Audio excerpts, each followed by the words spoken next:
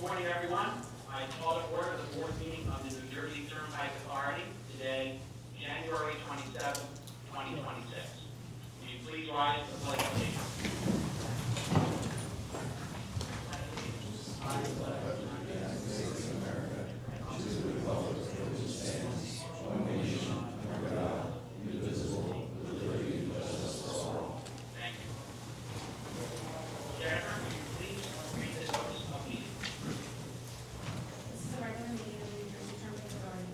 Adequate notice of this meeting has been provided in accordance with Chapter 231, CL 1975, and that notice has been forwarded to NJ.com and the advertising as well as numerous other news outlets posted in the main lobby of the authority's administration offices at 1 Turnpike Plaza, Woodbridge, commonly posted on the New Jersey Turnpike Authority's website at www.njta.com and on various social media platforms, including Facebook and X.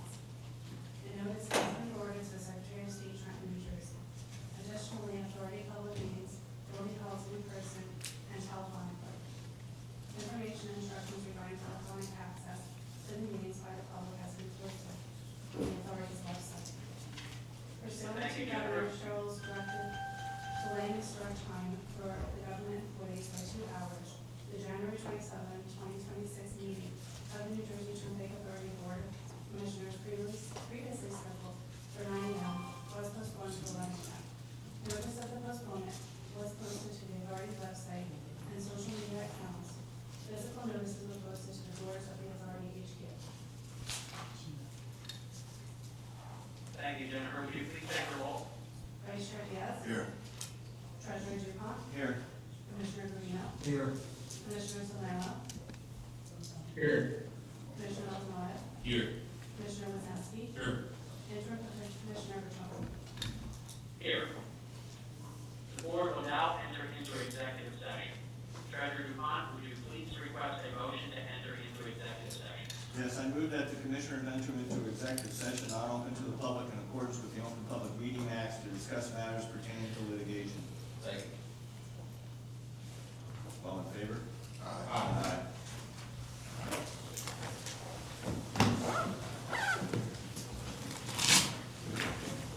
Thank you. Executive session. Thank you. May I have a motion to resume the public portion of the meeting? So moved. May I have a second? Second. All in favor? Aye. The public session is now resumed. Jennifer, would you please take the roll call again? Vice Chair Diaz. Here. Treasurer Dupont. Here. Commissioner Guarino. Here. Commissioner Salerno. Here. Commissioner Maldonado. Here. Commissioner Wisniewski. Here. Interim Commissioner Bertrand. Here. Jennifer, would you please report on the status of the previous meeting minutes?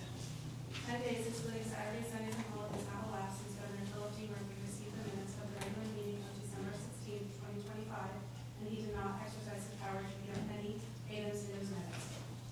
I'll make a motion to May I approve. please have a motion to approve the minutes of the December 16, 2025 meeting? So moved. Second. Have a second? All in favor? Aye. Jennifer, would you please report on any refusals for this meeting? Commissioner Maldonado is recused on agenda item numbers 003 through 007, 118, and 119. The reasons for these recusals have been identified by each of the commissioners in correspondence that has been filed with the board secretary. Do any commissioners wish to report a recusal or an abstention to be placed on the record at this time? With no additional recusals or abstentions being heard, we move to the public portion of the meeting. I am going to ask Vice Chair Julie Diaz to run this portion of the public comment meeting. Thank you, Chairman. So there are four speakers, public speakers here today. So first, let's start out with Commissioner Musclor.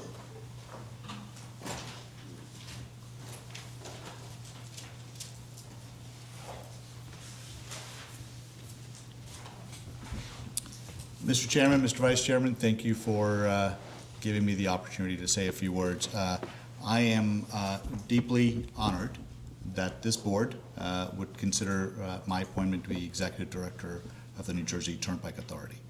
It was 20 years ago this week then Governor Corzine appointed me as Commissioner of Transportation. Chairman Wisniewski was then chairman of the New Jersey Assembly Transportation Committee, and Joe Bertoni, the chairman, was the first person I brought into the wing. Now I'm honored that I get to work for him. It is and I've known most of you on this dais for many, many years. This is an extraordinary honor, but even more important, this is an extraordinary organization. This Turnpike and Parkway are assets that are the true gems of the state of New Jersey. Those are the physical attributes of this place. What makes this place even more important is the people that work here. I am personally aware between the folks who maintain our system, the state police who run the safety part of the system, plus the people in the administrative branch who make sure everything goes according to plan. Doesn't happen by accident, it happens by design. These are people that truly put their heart and soul into this place, and I recognize that, and I want you to know I'll honor that. I want to say two more things with your permission. Jim Carone is an extraordinary man. He spent 49 years of his career at this place. He should be proud of his legacy. I'm proud of his legacy. His colleagues should be proud of his legacy. I know you're proud of his legacy. He should be leaving this place with his head held high because he has every right to. I've told him this in person, that this is exactly the kind of person that we should honor and cherish, and with your permission, we will do just that in the months and weeks to come. I want to say one more thing about this weekend that we just had. The snowstorm was no small snowstorm. It was a historic snowstorm in many ways. But the fact that this agency did more than its fair share to make sure the roads are functional is a tribute to the men and women that operate this road. That is what makes this place so extraordinary. And the fact that we achieved blacktop, Kevin Dunn, I don't know what time, on Sunday sometime or Monday, I forget what time. Just before breakfast. Right before breakfast on Monday. He was in touch with me, and so was Jim, to show that competence is what that looks like. Dedication is what that looks like. Care for an agency is what that looks like. That's what makes this place so unique.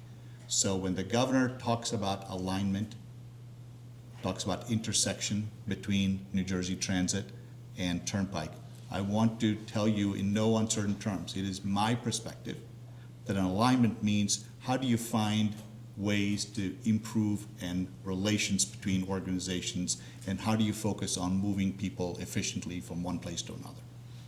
We don't destroy places that exist for 70 plus years because it feels right. You do it because it makes sense, and the way you do it, and the way I hope to do it, is about making sure we align the interests of these organizations. And I don't think that's a departure from how you think about it philosophically, and that's what we owe the taxpayers of New Jersey. So I know there's a lot more speakers, and I'm so grateful you gave me the chance to speak, and I'm honored again that you would consider my nomination. Thank you. You know, Mr.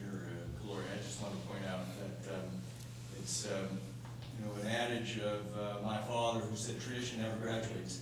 Mr. Garone has carried on the tradition 45 years, not 49 years. I gave him 4 more years, not for pension reasons. Just want to be clear. I've known you a number of years, and one of the other adage that my father, who's an academy graduate, always said, you lead with humble and hungry. And you know what? You've always exhibited that. And so it's with extraordinary proudness that I would certainly vote yes for your appointment. It's hard to believe it's been 20 years. My hair shows it. But, well, you know, again, I'm looking forward to team effort. You made a few comments regarding the storm. It was extraordinary. And I know Mr. Carone said there were 1,000 people working. There were numerous pieces of equipment, and because of this leadership here and this organization, you know, the transportation here in New Jersey, and under your guidance, under transit, we continue to roll. So, you know, Jersey did it again. So I just wanted to say thank you, and I'm extraordinarily excited to have you on board. and looking forward to your leadership. Thank you, sir. My age certainly shows, but I just wish I can grow a beard like John Wisniewski or Francisco for that matter. He looks good, doesn't he? He does. Very regal, I must It's say. like Hemingway. Very. Mr. Caleri, I just wish you'd stop talking about age in 20 years, because you're making us all feel a little older up here. But I do want to say this, is that in Jim Carone, we had an executive director who brought decades of experience to this agency, and how this agency functions successfully, especially this past weekend, is a testament to that experience. And you coming in are bringing a similar level of experience, and I think it's what makes this agency stand out in the state of New Jersey as one of those true examples of how government functions well. Thank you. Thank you, sir. Thank you. Thank you, Chris. Our next speaker, Mr. John Redmond.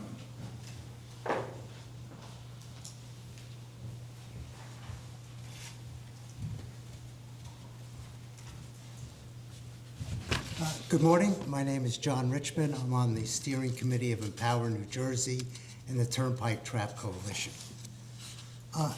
We congratulate both Mr. Caleri and Governor Sherrill for appointing Mr. Caleri to head both this authority and NJ Transit.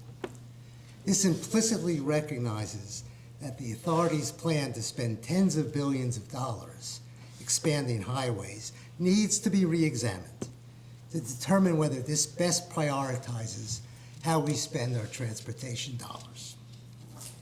That re-examination must begin with a deeply unpopular plan to expand the Turnpike from Newark to Jersey City, which was projected to cost $11.7 billion in 2022 and will undoubtedly cost far more. 70% of that cost, according to the authority's 2020 capital plan, will go towards replacing the Newark Bay Bridge with 2 new bridges that double the number of existing lanes. Proceeding with this plan, which was developed without any meaningful input from the public or Jersey City, flies in the face of Governor Sherrill's priorities: reducing the cost of living, efficient and effective government spending, improving public transit, cleaner air, environmental justice, and governmental transparency.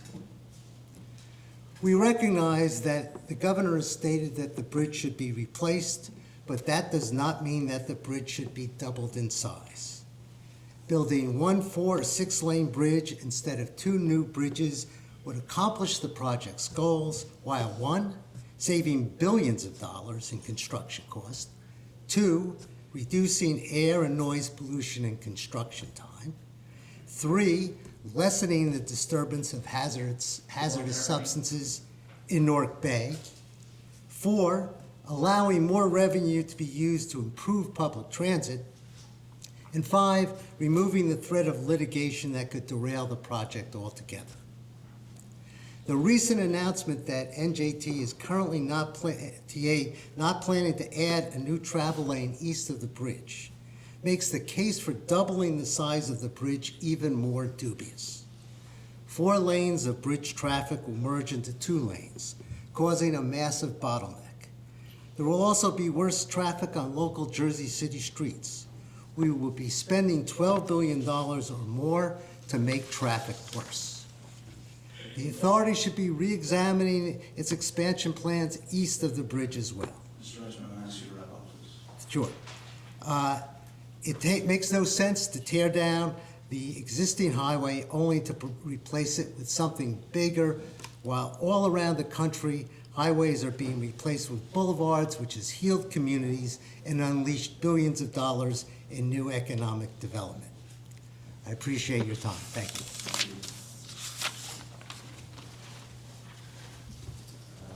Mr. Chris Hartman, please. Mr. Chris Hartman.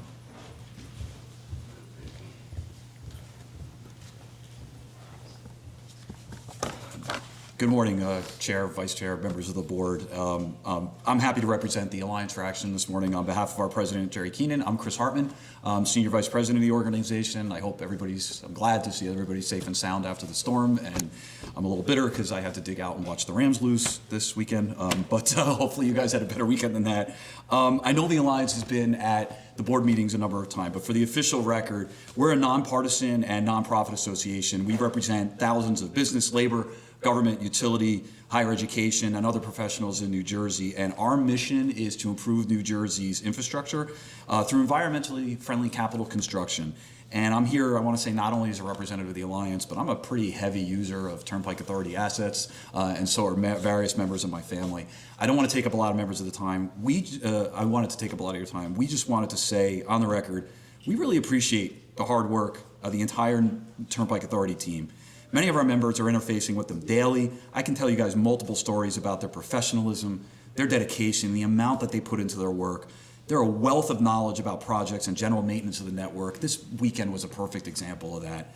We also wanted to congratulate Jim Carone on a pretty awesome career, one that's seen him dedicated to New Jersey roadways. He's a true professional, a gentleman. I've had a chance to work with him more and more over the last couple of years. I really got to say, I valued our time and our conversations together, and I want to wish him the very best on his next steps. We, on the record, also want to congratulate Chris Calori as he prepares to head the Jersey Turnpike Authority. Chris is in a pretty unique position moving forward, but honestly, if there's anybody that can do it, it's Chris. The Alliance for Actions has worked with him as he's led multiple agencies in his career, whether it was the DOT, down in the city of Camden, the Gateway Development Commission, now with New Jersey Transit. The authority's getting another extremely dedicated professional in Chris, and he understands that relationship between investment in our infrastructure and the economy, and he welcomes that challenge, and we definitely look forward to working with him in his new role and his entire team at the Turnpike Authority.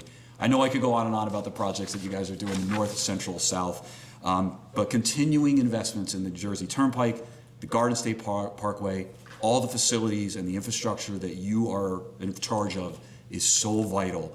And we're always going to stand with the New Jersey Turnpike Authority in support of your capital construction efforts. We just think the state's future is too important. Thank you for the opportunity to be here today, and stay safe. Thank you, Chris. Our next speaker, Mr. Pringle.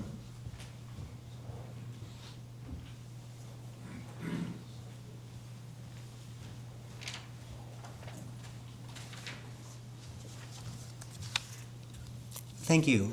David Pringle. I'm on the steering committee of Empower New Jersey.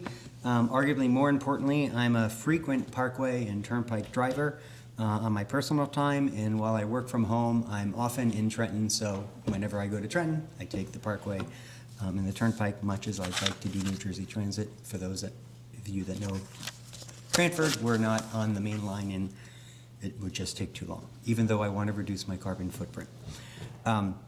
My wife works in Brooklyn. She takes New Jersey Transit to Newark every day, and then PATH to World Trade, and then the subway to Brooklyn Heights. So my family is very well informed from personal experience, not just my professional advocacy on roads and mass transit. To that end, through the snowstorm yesterday, I have to say the Turnpike and the Parkway, excellent work, given the severity of that storm, how well the roads were maintained throughout, and quickly afterwards. Really impressive work. That said, there's always room for improvement. And affordability matters and resources are limited. The Newark Bay Bridge needs work.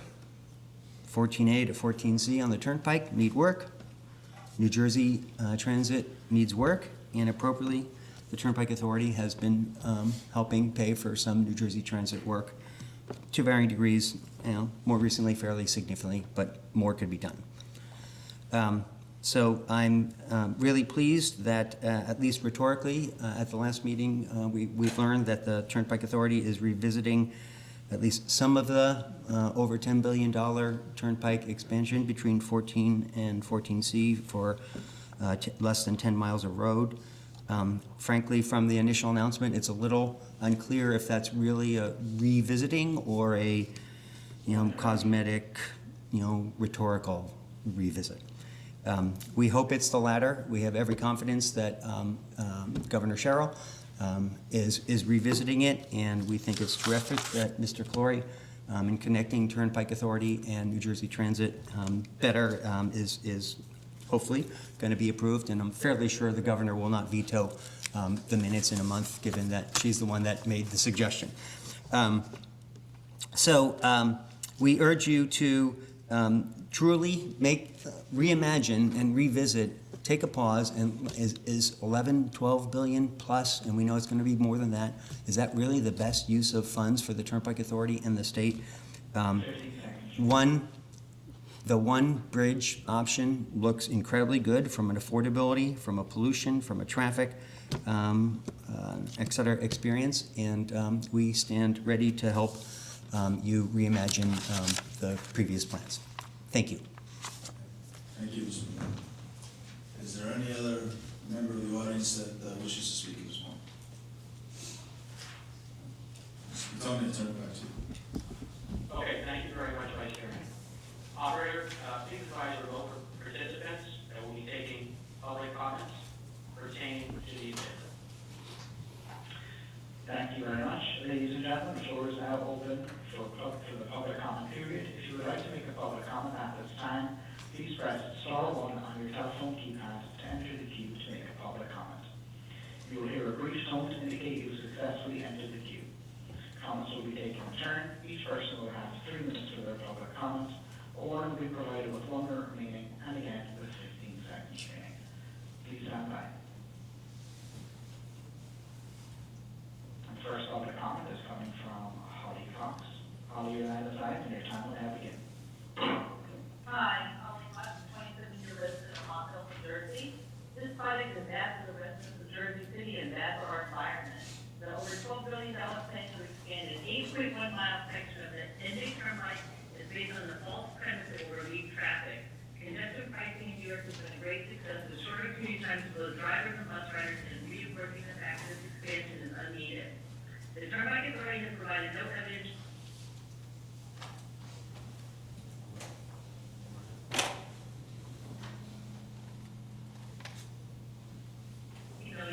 extending its lifespan by 40 years. The authority instead looks to build not 1 but 2 entirely new bridges for $6.7 billion. The environmental assessment is also flawed because there should have been a more thorough environmental impact statement, and it's not even considered a repair option. This highway expansion and its accompanying traffic-caused air pollution will disproportionately harm people of color and low-income communities and violate NJCJ law. This highway expansion will have a devastating impact on urban areas and minority communities as homes, businesses, wildlife habitats are taken by the state and demolished, only to be replaced by miles of concrete, which increases emissions and temperature in surrounding areas. The exorbitant cost of this highway expansion would be better spent on public transportation, which stimulates more economic development and jobs, decreases traffic, lowers emissions and pollution, and is a lifeline for low-income families and essential workers, and is being demanded more by people of all income levels who want low-emission transportation options. Lastly, this highway expansion project should not be considered without passing a climate test to show the project would not cause increased emissions. We have to stop making the climate crisis worse. Look around you. This is impossible to ignore the climate crisis now. Hottest days on record in all of history, droughts, heat waves, wildfires, and historic extreme snowstorms like we just had here in New Jersey and also around the world. Climate crisis will be approximately 4 years to drastically cut our emissions to keep our planet habitable, and no leaders anywhere are doing anything to help. The need to act on climate is urgent, and our leaders are failing us. The argument this project should be approved because it will create jobs in short-sighted because the environmental damage this project will cause. We need jobs, yes, but let's create those jobs in building public mass transit, which is the future. We need leaders who can envision a cleaner world, less concrete and pollution in cars, and instead more trees, natural habitats, cleaner air, bike lanes, walking towns, all accessible through public transport. We need you to be leaders, Governor Sherrill and board members. You have an historic opportunity to promote affordability, economic growth, combat the climate crisis, and reverse policies that unduly burden minority communities by mass transit for new highways. This decision should be easy. It makes no sense to increase the number of lanes only to have them funnel into the same Holland Tunnel at a cost of over $12 billion for 8 miles. Please vote against this highway expansion. Thank you very much. Thank you. The next public comment will be from Doug O'Malley. Doug, your line is live and your time will now begin.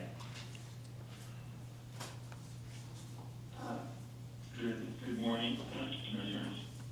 I'm Dave Griffith, this is Evan Alley, Service Director of Environment Conservancy, where we represent 80,000 citizen members and activists across the great state. I also serve as a steering committee member of the Power New Jersey, which represents more than 140 organizations across the state, including labor, environmental, community, and safety organizations. I want to start off by saying that, the fact we're having this board meeting close to noon, indicates the 24/7 snow, there's no snow day for the Turnpike Authority, and obviously this is a 24/7 job getting ready and dealing, and obviously dealing with the aftermath of the snowstorm. I wanted to definitely congratulate Chris Glory on his nomination by Governor Sherrill as Director of the Turnpike Authority, to thank the multi-decade service of Jim Corona. I also wanted to specifically congratulate Governor Sherrill on naming Chris Glory not only as the head of the Turnpike Authority, but also maintaining his role as head of NJ Transit. This recognizes New Jersey Turnpike Authority should ultimately make the decision collectively, both thinking about the Turnpike and Transit. I also want to thank the elected officials who recently joined the Council of Jersey City, as well as the new mayor of Jersey City, Jay Solomon, who weighed in heavily on issues like the Turnpike extension that will impact Jersey City. I'll just clearly state the $12 billion plan to expand the Turnpike from New York to Jersey City is very much at odds with the important priorities that Governor Sherrill laid out for her administration, like reducing costs, like improving public transit, and like having improved air quality and environmental justice. This certainly, as those of you on the authority know, is a agenda item right now in MOU with the City of Bayonne, right? So this issue is continuing to move forward. That is at odds with Governor Sherrill's proposal to have an innovative solution to the Turnpike expansion. Continuing to run back is not innovative and is not cost effective. There needs to be a true examination and a pause on the current plan and reconsideration for all the alternatives for the Newark Bay Bridge, including repair and including construction of one new or 6-lane bridge instead of building 2 bridges that are not needed. This must require a meaningful input from the public officials, and that's why we should not be running back a proposal that is pre-pandemic and honestly is outdated and also wildly expensive. This is where it's critical that the Turnpike Authority does not rubber stamp this outdated proposal and looks with fresh eyes at what solutions are out there, especially the one bridge compromise. Thank you so much. Thank you. The next public comment will be from Emmanuel Morgan. Emmanuel, your line is live and your time will now begin. Good morning, my name is Emmanuel Morgan, and I'm the Executive Director of South County Police Bridge and a resident of Jersey City. I'd like to wish the board a happy new year. Thank you to Mr. Crone for your service, and congratulations to Mr. Clory and your appointment as the new Executive Director of the NJTA. I can't see you to the executive offices in person this morning. Thank you for your smooth and safe ride on the Turnpike. Thank you to your extraordinary security staff who welcomed us and invited us to the cafeteria. Fortunately, I could not wait until the 11 a.m. rescheduled meeting time to have returned to work, but I'm thankful to have the opportunity to call in now on behalf of our members, volunteers, and concerned neighbors.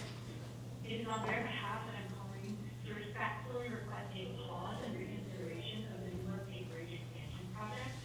When this project was first conceived, we had not yet had a pandemic. We did not have congestion pricing.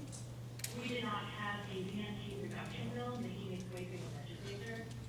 As has been stated and acknowledged, and as eloquently written by Joey Baldwin at Regional Plan Association, our state's road networks and transit are inextricably connected. And yet, the 2020 needs assessment of the project did not consider coordination with transit. It did not consider feasible alternatives to the project as required by the National Environmental Policy Act. And it did not adequately consider the effect of the 32% increase in traffic would have on the environmental justice community that over the bridge and along the extension. We in Jersey City have the highest rates of asthma, COPD, heart attack, and stroke in the state. It is no wonder that the mayors of Newark, Jersey City, and Hoboken have staunchly opposed this project for several years. Hudson County is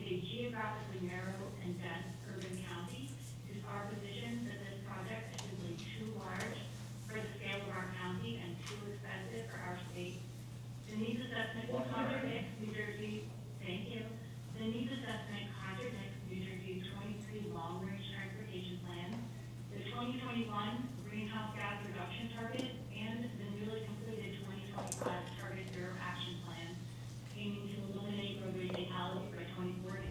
For this reason, we request a new needs assessment and alternative study that shows just how the project will contribute to the state's goal. Thank you so much. Thank you. Next public comment will be from Tim Sedner. Tim, your line is live and your time will now begin. Hello, this is Tim Sedner from the Transit Village in Mount Tabor and a member of the board of directors of the New Jersey Association of Road Passengers. And we're hopeful that Chris Calori will take seriously that New Jersey Transit and the Turnpike Authority should be working together, and not just the Turnpike Authority increasing its toll by expanding this bridge and the New Jersey Turnpike. There is an alternative. There's the Essex Hudson Greenway, which goes to Jersey City and is planned to be a pedestrian bike path only. It used to be a rail right of way, and that should be light rail plus a trail. The problem with a trail only, what are you going to do in the snow? It's not going to get you anywhere. The Essex Hudson Greenway actually connects very densely populated towns that have had already transit-oriented development, but no transit. Here where I live on the Morris Line, unfortunately, since 2008, we've lost 19 trains, 10 trains in each direction to go to Hoboken on the Morris Line. 2008, that's 17 years. We already have the rail there. We should be running to Hoboken. And that, again, will give another option to get to Jersey City, to use the suburban light rail, also to get to New York, to use the path to get where the Holland Tunnel comes in. When are we going to get these trains back? I understand that that would require more trains and more crew, but that's surely a better investment than the $12 million than just expanding roads forever in this most densely populated state. Again, when are we going to get transit-oriented actual transit? Morristown has had all kinds of development, even in Mount Tabor, which we're just a very small town. We have a 69-unit development going in right by the train station. But again, those people won't have trains as an option, if they only have one train an hour going to Penn Station, which getting alerts on my phone. Penn Station is overcrowded, it has too many trains going there, they're frequently disrupted. Thank you. The next public comment will be from Elena Little. Elena, your line is live and your time will now begin.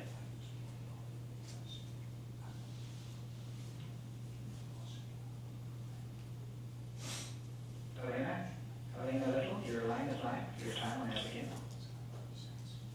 Can you hear me? Yes, go ahead. Okay, thank you. Good morning, my name is Elena Lowell, and I'm the councilperson for Ward E in downtown Jersey City. First, I want to congratulate NJTA Chair Chris Calori on your new role, and I am thrilled to see your NJ Transit experience, and I hope you bring that experience and the importance of mass transit and moving people into your decision-making process for this role. I'm hoping to join the other speakers today in calling for canceling the bridge proposal and moving forward with just a single in-state bridge without any added lanes. Urban planning studies have long shown that added lanes of traffic results in a phenomenon known as induced demand, or as I like to call it, build it and they will drive. The additional vehicle miles traveled will only serve to further pollute our neighborhoods. The neighborhoods living along the Turnpike extension in Jersey City have some of the highest rates of childhood asthma in the state. And just from an environmental justice perspective, many of the communities throughout Jersey City, including Southern Ward, are environmental justice communities and already overburdened. And, I'm strongly encouraging you to not add any lanes in this project. There's much better uses for the $11 billion, including but not limited to mass transit investments, as others have said. So thank you very much for your time, and I hope you will consider a one bridge solution and not adding any additional lanes of traffic. Thank you. Thank you. The next public comment is coming from Nicholas Vero. Nicholas, your line is live, and your time will now begin.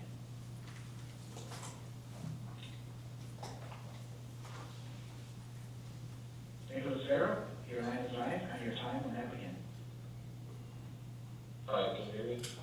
Yes, go ahead. Hi, my name is Nicholas Vero. I am a civilian soldier, member of the National Guard.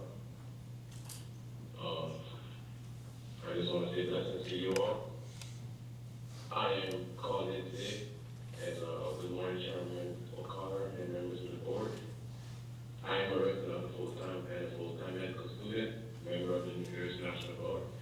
And I agree with the previous speaker that our rules are vital for commerce, but as a man of faith and service, I also know that our infrastructure should not be a burden to the vulnerable. Being so that this new project is not only being funded to and be inconvenient to other people, but the people being inconvenienced is the sole benefactor of this whole funding. So this authority is moving forward with the North Bay County extension when you find buildings for steel and concrete. You're claiming you cannot find the pennies to protect students and soldiers. But this board is proceeding with all the money, 3% indexes as it's called. Governor Sherrill's executive order #1, declaring a state of emergency on affordability, does not apply to this project or to this index. The governor has mandated 90-day regulatory free and under executive order #7 to stop the red tape that drains our pockets. But these automatic hike and their secondary $50 easy pass fees are exactly the kind of red tape she has already used this month. I mean, Senator Dignan is already pushing sentences at 1153 to protect us. Why is the NJPA moving in the opposite direction of the city? Thank you. I am formally demanding immediate moratorium on the 2027 toll indexing to align with the affordability emergency. I have emailed my demands to the board secretary and the governor's office because for student soldier readiness cannot wait for community. I expect answer by the next meeting, and God bless and thank you. Thank you. The next public comment will be from Katie Brennan. Katie, your line is live, and your time will now begin. Good morning, everyone, Chair, Vice Chair. Happy New Year, all. This is Councilwoman Katie Brennan, newly elected to Jersey City and Hoboken in the 32nd District. I want to echo the thanks to Mr. Carone, somebody who just regularly drives to Trenton and elsewhere in the state. I'm very thankful to the Turnpike Authority and your dedication, particularly during this snowstorm. I didn't hear a single about this Turnpike.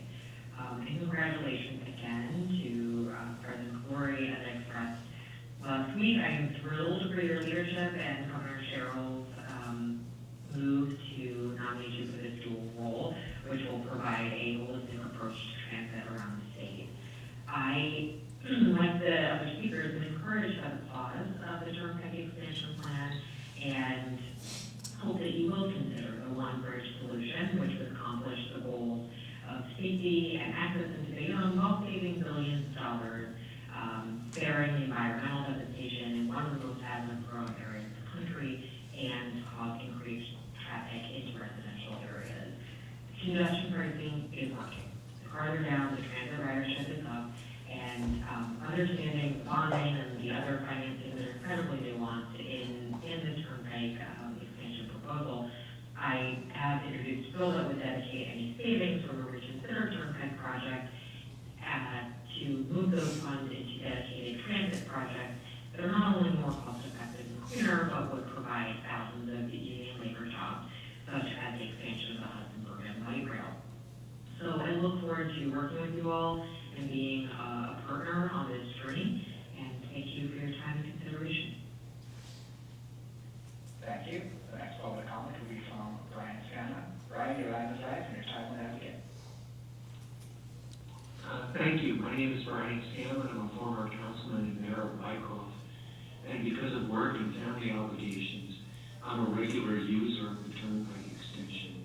I congratulate you, Mr. Calori, on becoming NJTA chair in addition to your responsibilities at New Jersey Transit. Your appointment gives everyone a chance to take a step back and ensure that any work done on this stretch of road is done efficiently and cost-effectively, particularly given the fact that costs must be dramatically reduced. All alternatives should be seriously considered after the price tag ballooned from $4.7 million to $11 million. This is a fact that project sponsors initially tried to hide. This lack of transparency, as well as attempts to limit public input in the past, are two other reasons why your leadership is so important now, Mr. Calori. In addition, it's important that we address the need for cleaner air in Jersey City, particularly in already overburdened communities. This project, as proposed, will increase ozone pollution in northern New Jersey, which has a D rating from the American Lung Association. It will also greatly increase particulate matter in the local communities.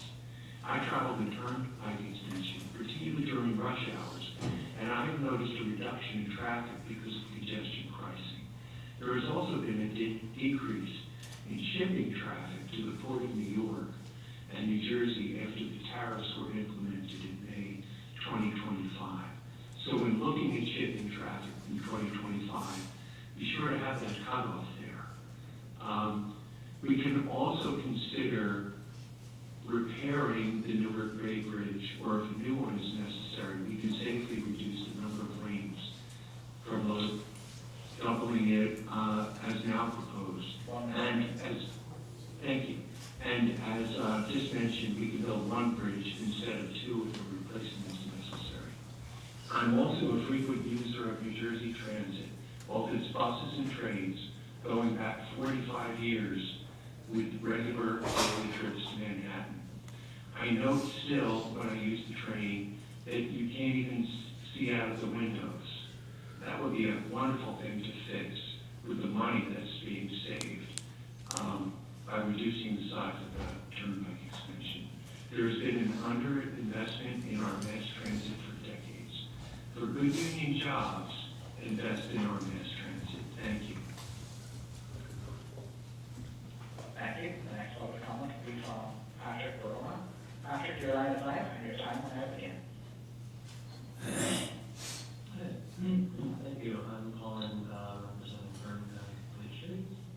I would like to join the rest of the callers that urge that the NJTA reject the two-bridge solution and instead opt for a one-bridge solution.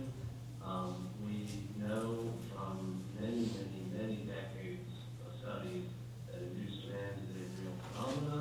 It happens with all modes of transportation in all cases, and adding more lanes to this bridge will only increase traffic, not alleviate any traffic.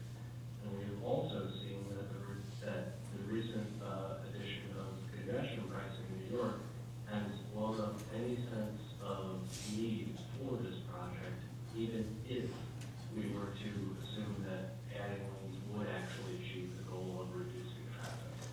All this would do would be add more cars to an area that already has a lot of air pollution problems, further burdening communities with health problems that they already face.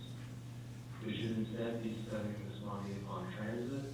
This is a project that, if we move forward with a two-bridge solution, we are burdening this state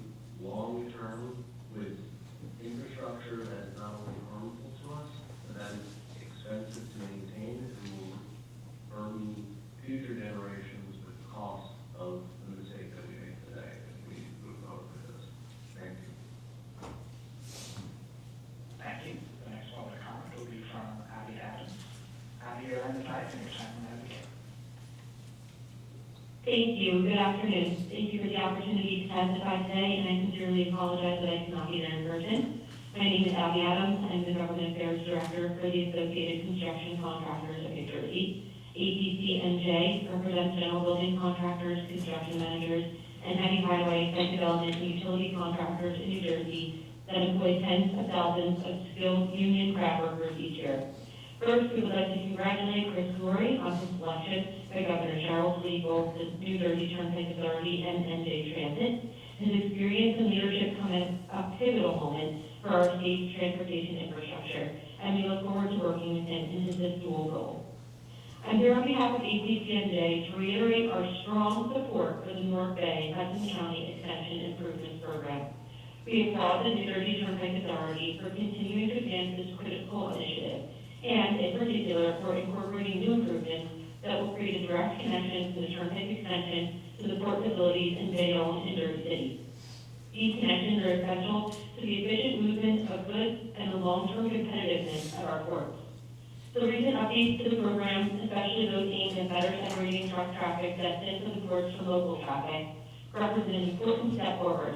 These improvements will enhance driver safety, reduce congestion for local communities, and support the continued growth of our port facilities. ACCNJ remains fully committed to supporting the entire North Bay Hudson County Extension Improvements Program. The Turnpike extension has reached the end of its service life, and its replacement is not optional, it's necessary. We commend the Turnpike Authority for prioritizing safety and for moving quickly. We have seen, both in New Jersey and across the country, the devastating consequences of neglecting aging infrastructure. Proactive investment is the responsible path forward. Road construction, the 25,000 jobs, $2 billion in labor-related, and $2.8 billion in economic activity will be a positive plus for New Jersey's economy and residents. We are pleased to support this project and the many benefits we will see during construction and at its completion. Thank you so much for your time and for the opportunity to testify today. The next public comment is coming from Kathleen Easley. Kathleen, your line is live and your time on advocate. Hello, can you hear me? Yes, go ahead. Hi, I am an asthmatic and a kindergarten teacher. And I live close to the proposed site of expansion in Jersey City. The traffic in Jersey City is already terrifying. All you have to do is be in charge of taking young lives across the road to realize how quickly people are moving and how many people prioritize their own speed and their own convenience over the lives of some of the youngest and most vulnerable people out in the road.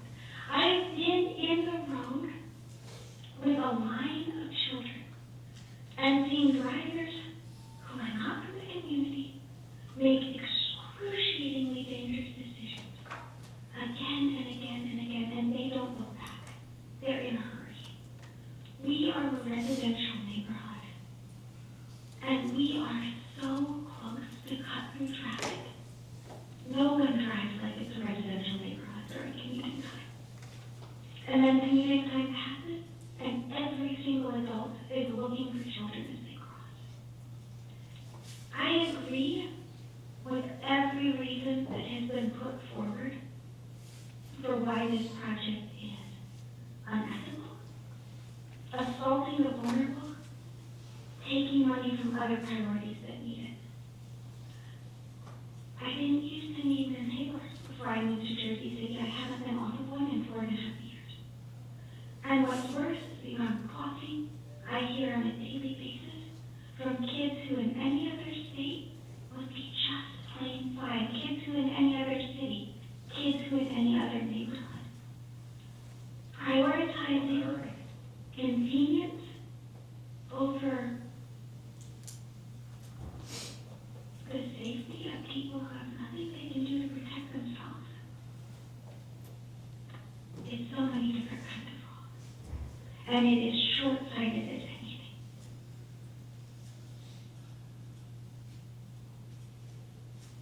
I yield the balance of my time. Thank you. The next public comment will be from Eric Connor. Eric, your line is live and your time on advocate.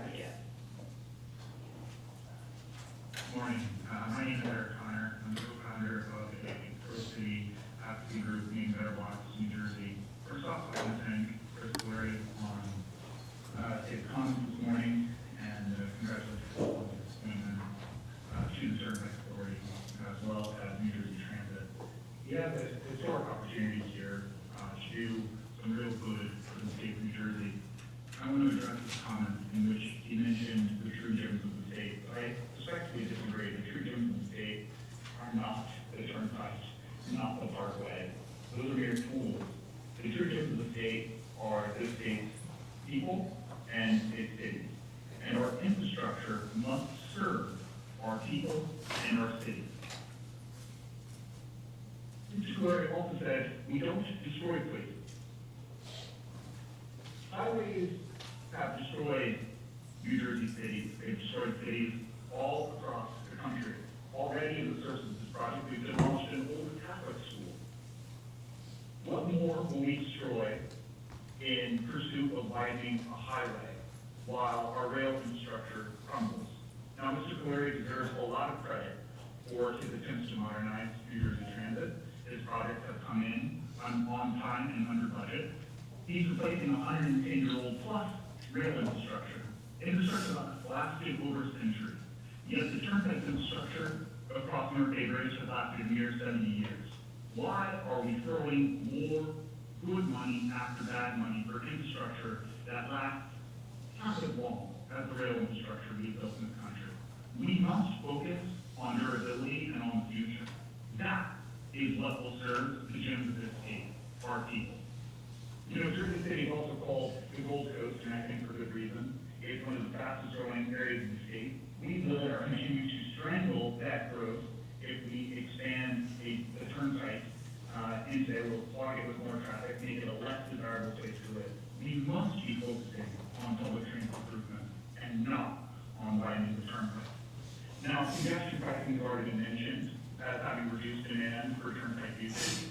We must look at ways we can better price demand on the Turnpike. Think about using dynamic pricing, either with express lanes or some other ways to regulate and control demand. If you're really worried about congestion across North Bay Bridge, think about price. Think like an economist, and we can solve congestion without engaging in an unnecessary highway widening project. Other states have done this. Maryland famously has dynamic pricing. We should bring that same model to New Jersey, Turnpike, and the Parkway to better regulate demand. Thank you. Thank you. The next question will be from Jean Fox. Jean, your line is right, and your time will be here. Thank you very much. This is Jean Fox, I live in Brunswick, I'm in Brunswick, New York a lot, I live in Columbia, and I hate New Jersey Transit up there.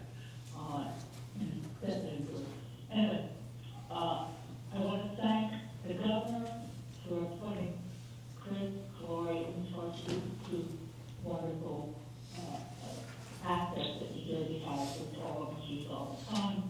And I also appreciate the applause, congratulations, and this hearing.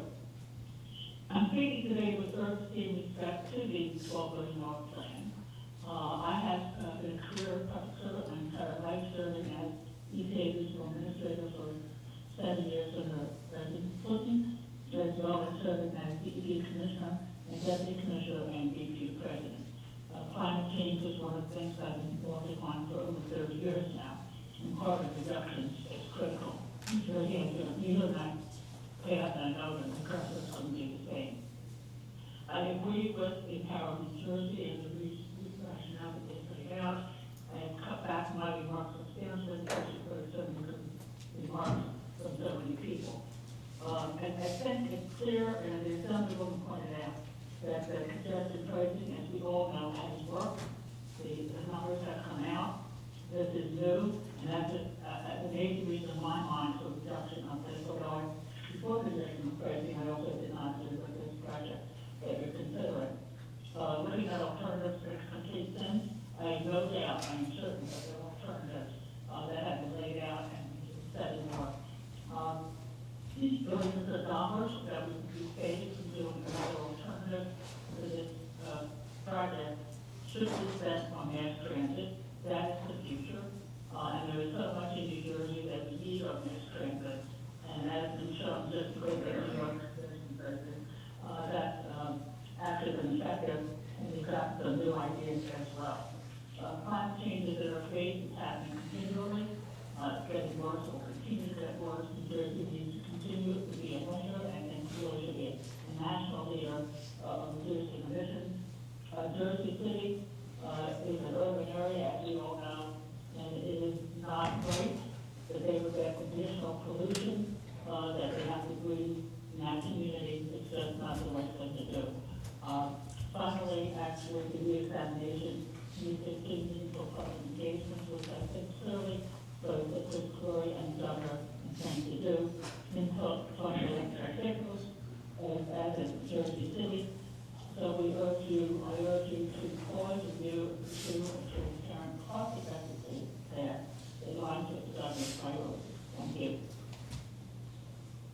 Thank you.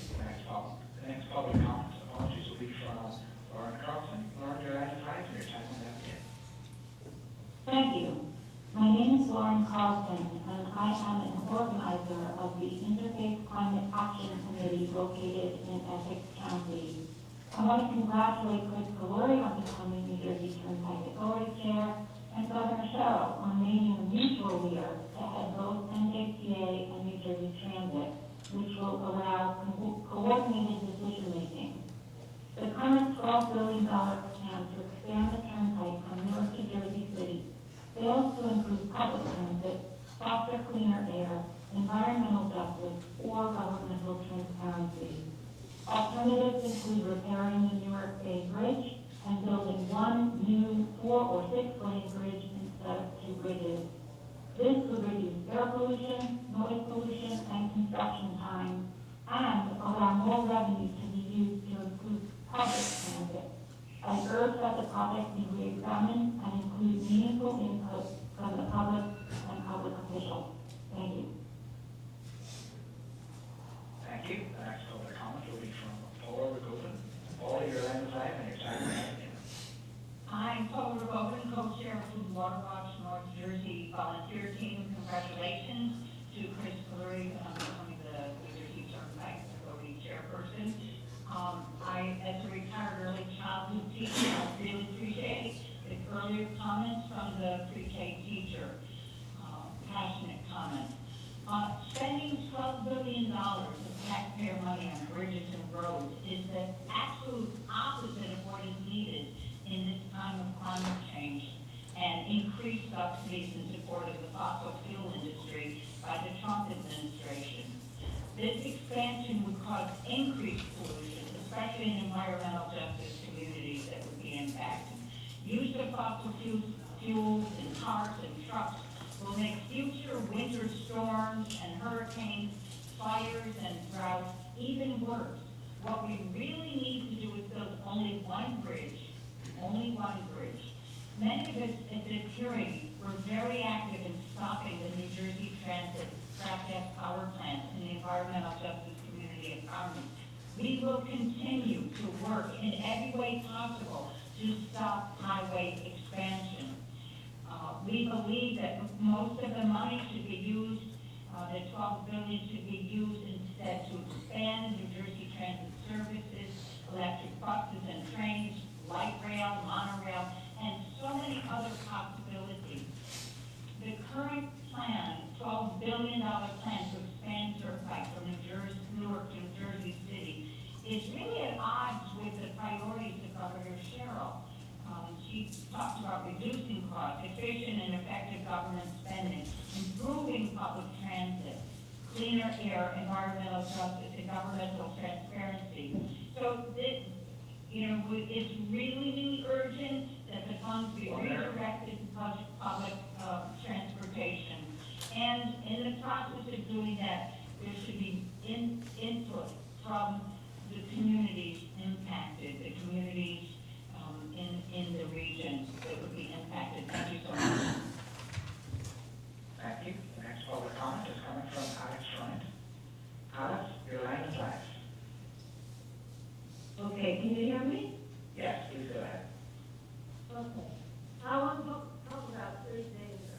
Thank you for the opportunity to speak with you. And I thank Governor Sherrill and the Commissioner for putting public transportation up there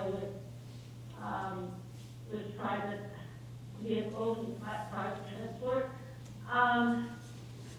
First of all, it's a lot of money. $12 billion is no small change, and that money seems to be wasted on this project.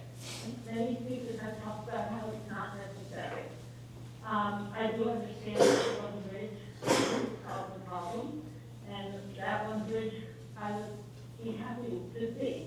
So I think you need to consider the one bridge alternative and make that bridge only as large as it really has to be, and not extend the whole turnpike.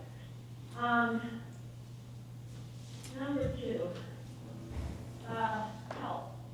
The number of people talk about the health of people in northern New Jersey.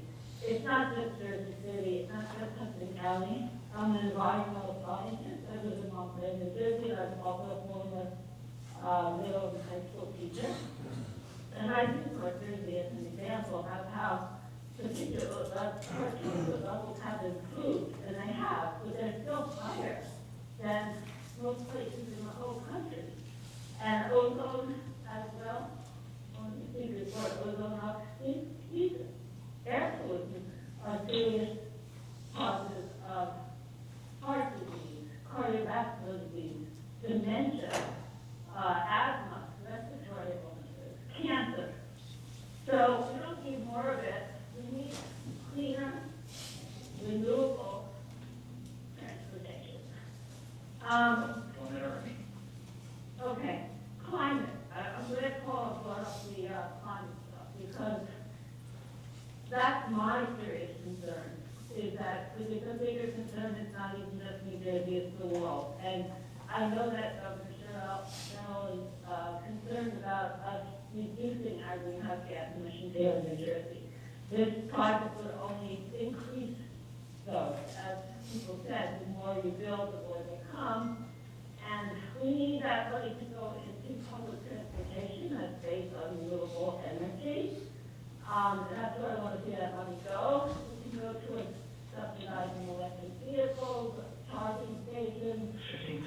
Public transportation is the most important thing, and we have to save our planet. And that's all I have to say. Thank you. The next public comment will be from Akshay Verma. Akshay, your line is live and your time will begin. Hi, hello. My name is Akshay. I'm from Jersey City. I wanted to start by congratulating Chris Glory on his appointment at the NJDA. My friends who worked in New Jersey Transit had nothing but good things to say about your leadership, so congratulations. I want to start by saying I understand the need for repair and maintenance Turnpike with the plans as put together would be disastrous for local communities. I have family that uses it to commute to their jobs in areas with no transit, but that same family lives in Jersey and they're opposed to the expansion as currently is. The area we live in sees cut-through traffic from Turnpike to the tunnel and vice versa, where traffic often breaks the rules. My road contains a preschool, restaurant, corner stores, and traffic that often goes 10 to 15 miles over the speed limit to hit the Turnpike. Jersey City is the fastest growing city in New Jersey, and housing effects from reduced demand will cost a human toll. The current plan should be followed and reconsidered, especially in light of actions as successful as congestion pricing, which has congestion pricing reduced commutes, forced over, and downstream environmental and human impacts. Further on, ideas like dynamic pricing and bus new lanes on Turnpike should be considered and studied. Help reduce the time people spend on their commute, and more with their families, which I hope mine is not on the spot, because currently mine keeps getting to get married, and that's a whole other thing. But anyways, thank you, and I yield my time. Thank you. The next public comment is coming from Rafi Bala. Rafi, your line is live and your time will now begin. Thank you very much. My name is Rafi Bala. I'm a member of the Assembly from LD 32, along with Assemblywoman Kate Brennan. I also want to extend my hearty congratulations to Chairman Chris Glory on his nomination. I know that his leadership, along with Governor Cheryl's leadership, will bring us to a better place. And I wanted to call in just to reiterate what all the previous speakers have said. I will not go into the substance. It's been repeated ad nauseum, but what I hope all of you can hear is the unified message that the public advocates and elected officials are all uniformly concerned about having a bridge with expanded, a two-bridge project with expanded lanes go into a more narrow two-lane entry point in Jersey City. The proposed political solution around Christmas was not really a solution. It just brought the problem a little bit further west.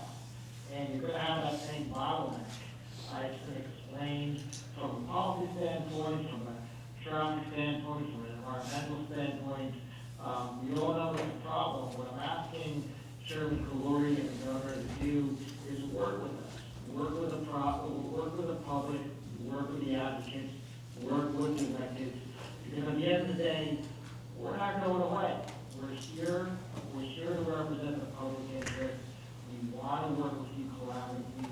We're relying upon your leadership to get us to a better place. I think if we do it together, through conversation and communication, we can really make progress.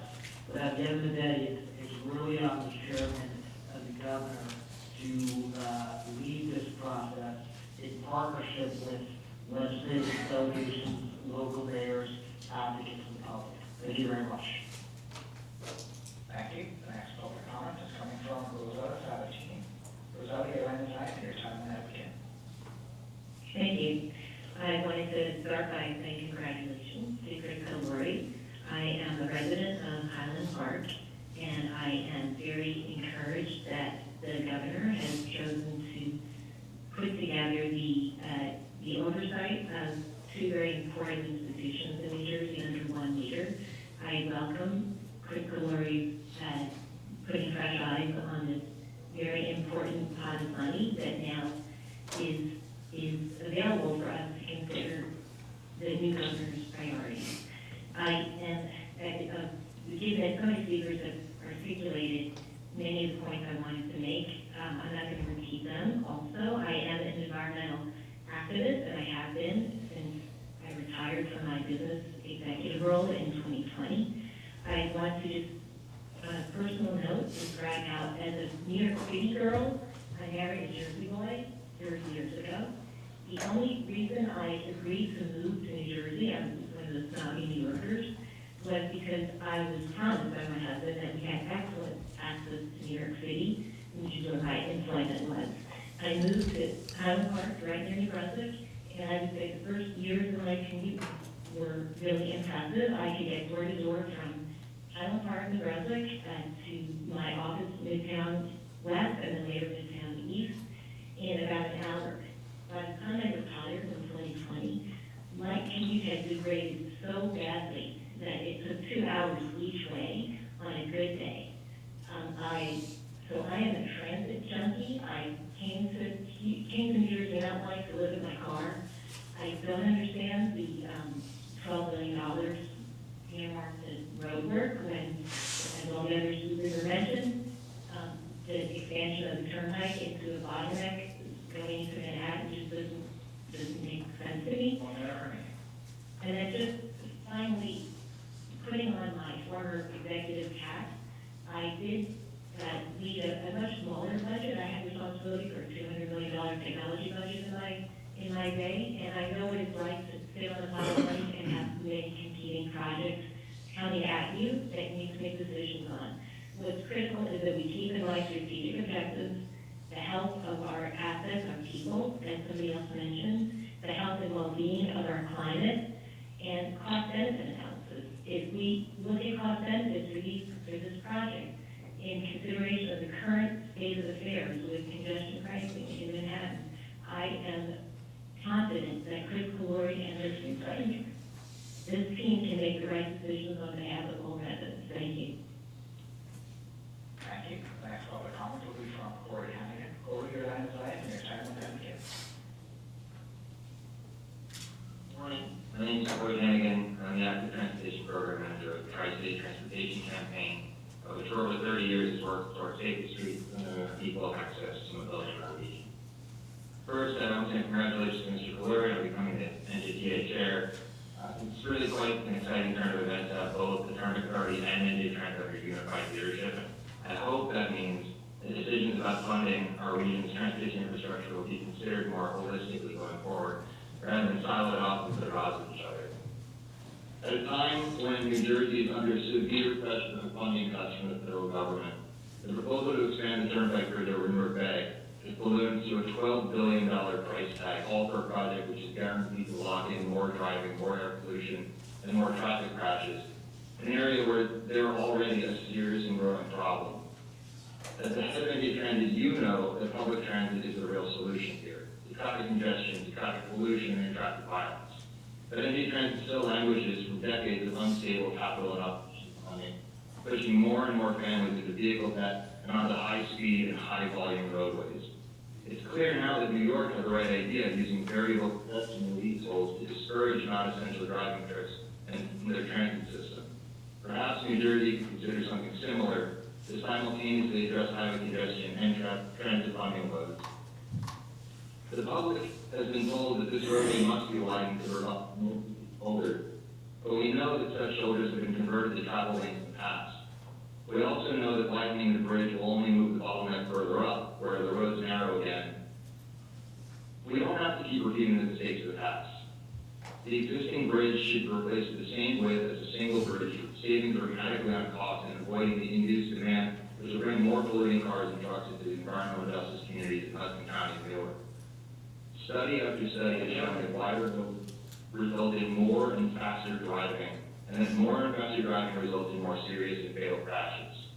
The newly minted 13-agency target commission, which includes both the Turnpike Authority and New Jersey Transit, published a map of the roadways in the state with the highest number of serious crashes, and the lion's share are in Hudson County and Newark, where in both of which over a third of households do not even own a vehicle. So why are we spending billions to encourage even more driving here? My hope is that you will finally listen to the community and pause this wasteful, counterproductive project, which never truly considered alternatives beyond expansion versus no build, nor meaningfully considered input from the public, and which goes against many of Governor Sherrill's stated priorities of reducing costs, making government more efficient, cleaning our air, and securing public transit funding, and instead rethink how we can best serve the safety, quality of life, and environmental justice needs of working families. Thank you. Thank you. The next public comment will be from Esther Barsoon. Esther, your line is live and your time will now begin.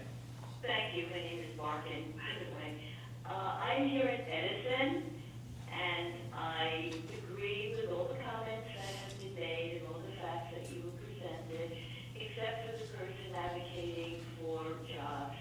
I think jobs are important, but not in outdated projects and things that are going to be harmful.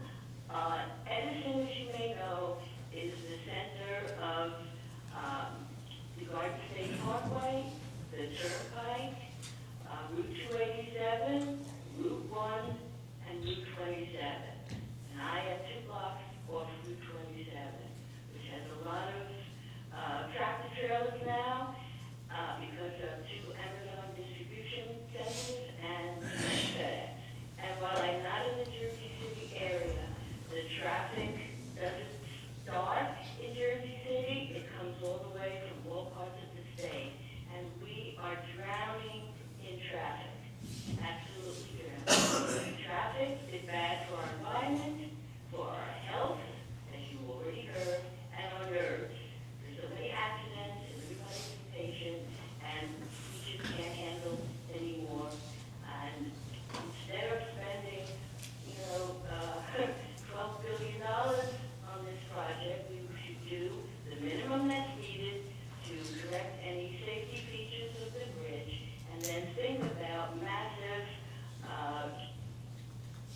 environmentally sound, community building projects, light rail, trains, buses, that would be, serve our communities better. And bear in mind that we have a rather large senior community, many of whom do not drive, and we need much better public transportation. Yes, so this money could be better spent on environmentally sound and public serving infrastructure projects. Thank you very much. Thank you. The next public comment will be from Eleanor Gruber. Eleanor, your line is live and your time will now begin. Yes, good morning. Thank you very much for this hearing. I really appreciate it. My name is Eleanor Gruber. I'm co-chair of the League of Women Voters of New Jersey Natural Resource Committee. The League is not an environmental organization. We are a public interest organization. And we are calling to oppose this more than $11 billion proposal by you to expand the 8-point-mile section of the New Jersey Turnpike from Newark to Orlando. We are concerned that there has been no input from public officials, and this is a violation of federal and New Jersey law. Until there's been such input, current plans should be paused, and there should be a reconsideration of all alternatives. The utility of adding lanes to the Turnpike is questionable, since congestion pricing does reduce traffic, eliminates the need for additional lanes, and congestion pricing has already reduced traffic through the whole tunnel. Experience has shown that highway widening actually generates more traffic, and so will offset the effect of congestion pricing. A better way to move people efficiently through New Jersey and into New York, as people have said, is to increase public transportation alternatives. Public transportation is also an important way to reduce our carbon footprint, making the air clearer for those residents living so close to the highway and tunnel. My remarks are short, but I hope you will listen to them. Take the remarks of all these interested and intelligent people who are opposing the project. Thank you very much for your time. Thank you. The next public comment is coming from Bradley London. Bradley, your hand's raised and your time will now begin. Hey, thanks so much. I'm going to retract statements that echo a lot of what was said on behalf of the balance sheet and the environment, and just speak for a quick minute about democracy, because it's on my mind today, and I'm grateful for it. I think that what we have here in America does allow this ideal of representative engagement. And so, this has been an open call, and the statements and the testimony are pretty clear. I haven't heard compelling arguments to rebut that. And I think that, one of the problems that maybe we got as a society is that, anyone that works has to work every day and keep doing the things that they have to do.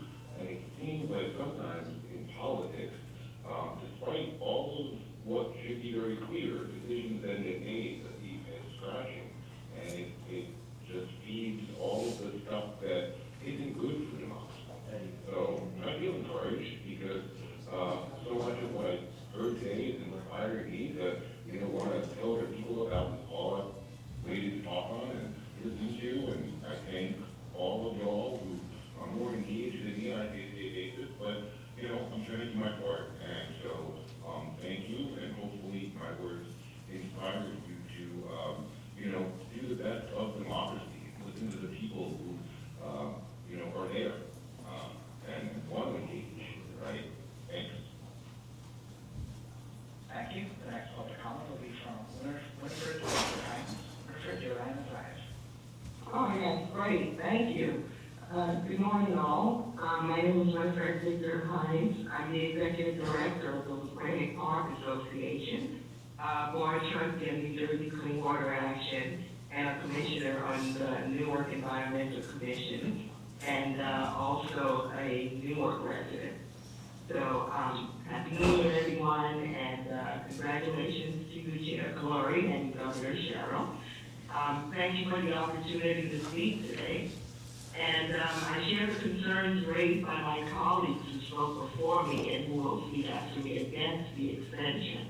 I'm urging the governor and the New Jersey Turnpike Authority to stop the proposed 12-billion Turnpike expansion because it would harm residents in communities like Newark, Jersey City, and Bayonne, etc. Exactly the places that Governor Cheryl has said she wants to protect and invest in. And people in Newark, Southport, and Ironbound already face extremely heavy truck traffic. Volunteers have counted over 400 trucks per hour at intersections in the city, with diesel exhaust plummet through our neighborhoods and near schools. Residents have repeatedly flagged this truck traffic as a major source of air pollution and respiratory distress. That pollution isn't abstract. It's linked to real health impacts. Excuse me. In Newark, about 1 in 4 children has asthma, far above the state average. And asthma is a leading cause of missed school days and emergency visits for families here. Jersey City and Bayonne share similar burdens. Almost all census tracts in these cities are designated environmental justice communities, already overburdened by pollution and flooding. Flooding is not a distant threat either. Newark and neighborhood port communities regularly experience stormwater flooding that closes streets and disrupts daily life, partly because highway infrastructure in large areas prevent water from draining naturally. Heavy storms linked to climate change only increasing this strength. Expanding the Turnpike will add more truck traffic and vehicles through these same neighborhoods, increasing decrease of particulate pollution and greenhouse gases that worsen asthma and other respiratory illnesses, especially for children and seniors. This project will also likely mean higher tolls for everyday commuters, hitting working families hard without solving congestion long term. Investing these billions instead in transit, freight, rail, flood mitigation, and community health would better align with the governor's stated priorities for affordability, climate action, and equitable infrastructure. I respectfully ask you to support this expansion and direct funding for solutions that protect our community's health, environment, and future. Thank you, and have a lovely day. Thank you. The next public comment is coming from Robert Stein. Robert, your line is live and your time will now begin. Good afternoon, and thank you for having me get a chance to speak. I will not repeat the many very cogent arguments against the proposed expansion. I believe them and support them. I do want to say that I am excited and thankful that we now have the same person seeing both public transit and the Turnpike, because this is a historic opportunity to see our situation in a bigger light. A holistic approach to transport is exactly what we need. More mass transit, less emphasis on cars. I look out from my window in the Beacon in New Jersey City, and I look down at the cars approaching the Holland Tunnel, and I can see by the traffic flow how well congestion pricing is working. We need more congestion pricing on other parts of the Turnpike, including the bridge, and I look forward to much more imaginative and holistic approaches to our transit problems. And to the union representative who explained that she wanted the jobs on this project, I would like to say that there will be many new jobs when the money is spent in other ways. So this is a chance for everybody to win, and I hope we seize that opportunity. Thank you. Thank you. The next public comment is coming from Horatio Nichols. Horatio, your line is live and your time will now begin. Good afternoon, and thank you for holding this public hearing, solicitors, and your statement on their new role. I want to congratulate both the governor and Mr. Clark for continuing to serve and public service for all residents of our state. And I agree with all the previous speakers who have been stepping up growth in our structured product, all in this city. And not covered Jersey from the transportation system, or active and efficient, while also being economic. And like to say, Apologies, Horatio. I apologize for interrupting your comments. Sounds like you're in a bad signal area and we're unable to hear you. If you could move to a window or door in the room. how does it any better? And unfortunately, that's still causing interruption in the signal. How about this? That is slightly better. Let's try that. Apologies. All right, I'll turn up the mic.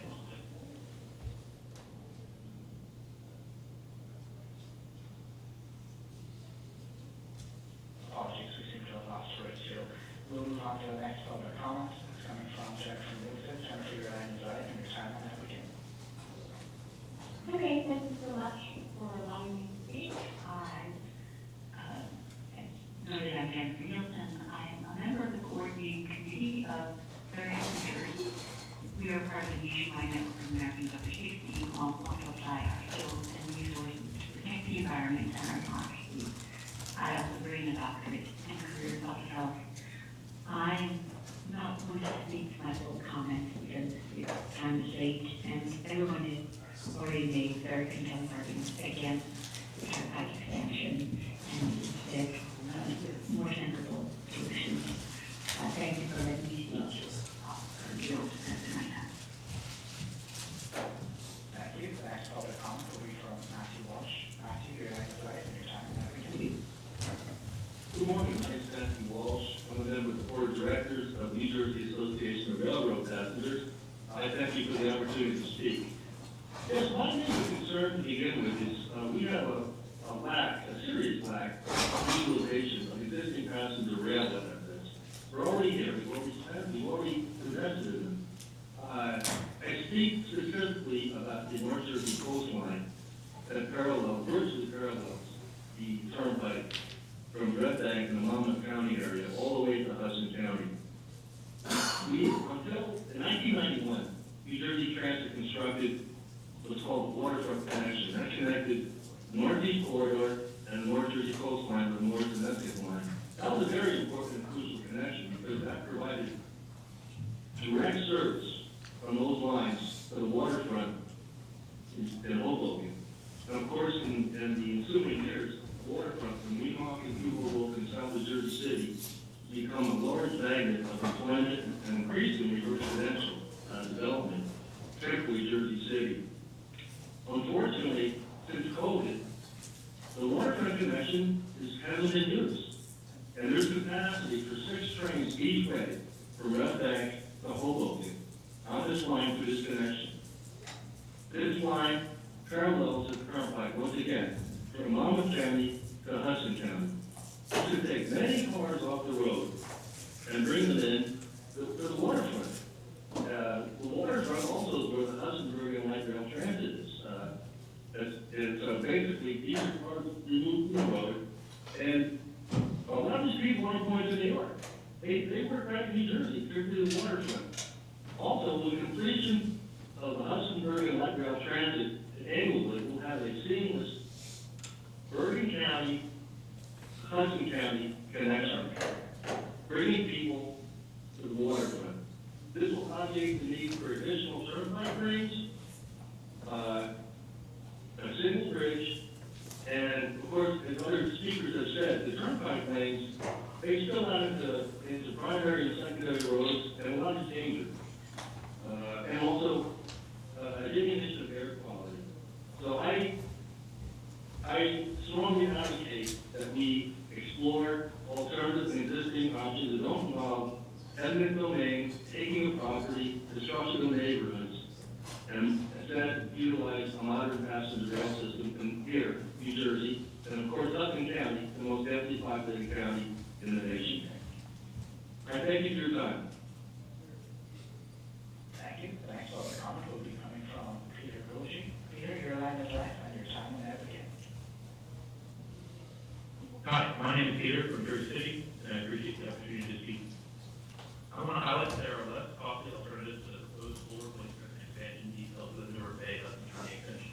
For one notable example, Jacobs Engineering produced an engineering report in 2020 indicating that rehabilitating the existing bridge could extend its useful life for decades at a fraction of the cost of full replacement. That study estimated rehabilitation costs around only $260 million. By fixing structural issues rather than building new twin spans, which will induce even more demand on our highway system. In light of alternatives like these, the current $12 billion proposal seems to be a negligent misappropriation of funds. The NJTA decision makers should fully consider rehabilitation and other cost-saving alternatives before committing to a massive rebuilding expansion. I oppose widening and expanding the highway because highway expansion does not solve congestion long-term. It induces more driving and worsens air pollution and quality of life for our communities.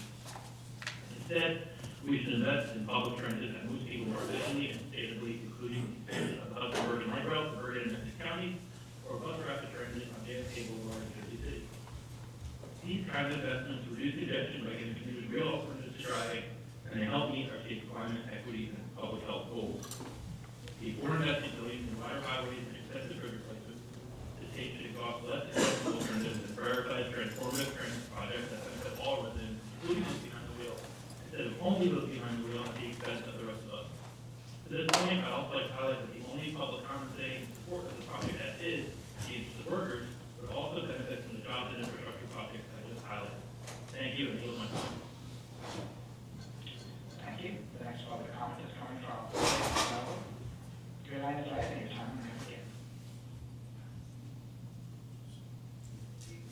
Hello? Oh, please go ahead. Oh, hello, my name is Gustavo Alcocer, and I am a clean energy project manager at Ironbound Community Corporation based in Newark, New Jersey. And I live in Brooklyn, and I actually take the Atlantic Terminal towards the World Trade Center stop. And there I grabbed a Jersey Transit, which actually made it so I can be here in New Jersey today.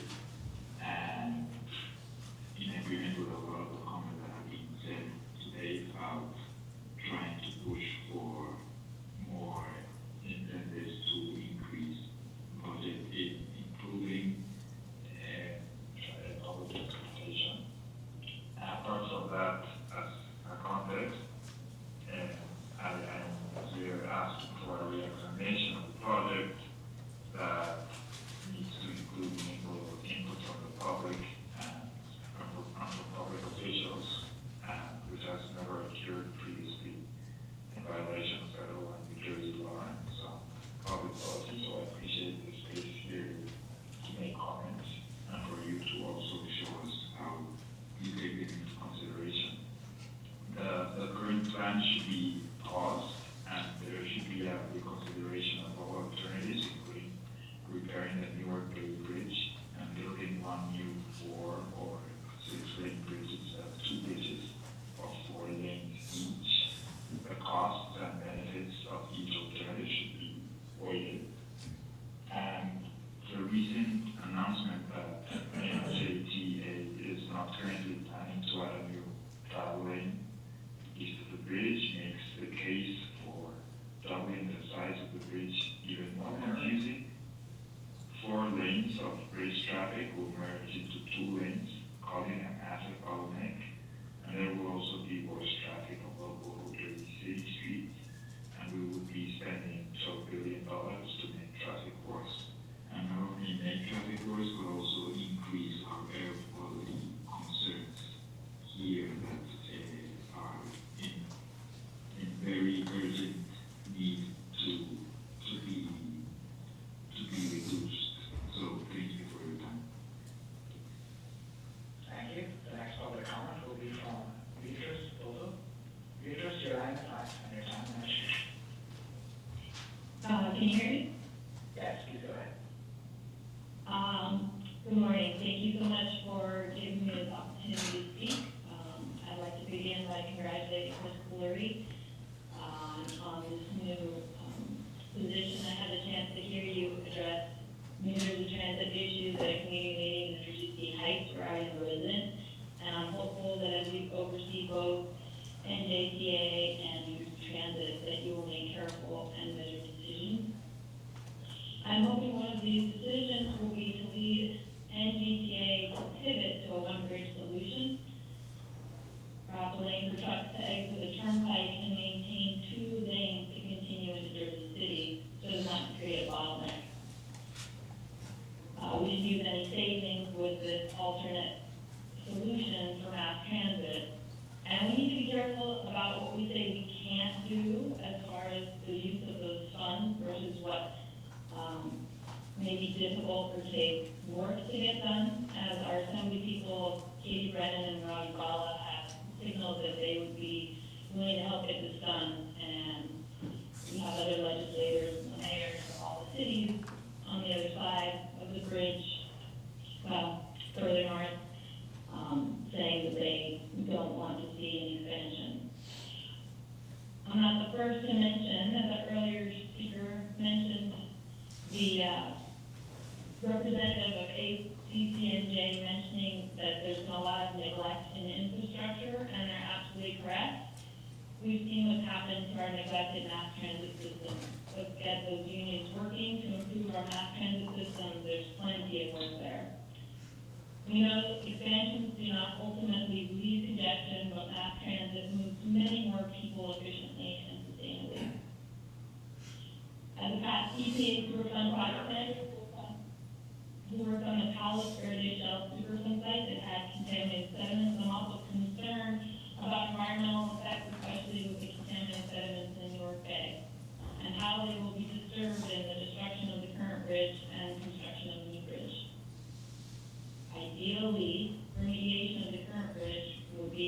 optimal solution to not disturb those sediments.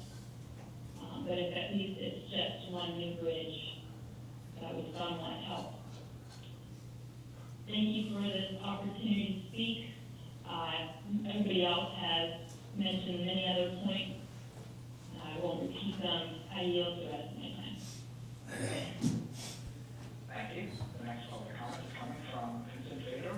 Vincent, your line is live and your time will now begin. Good afternoon, everyone. My name is Vincent Fedor.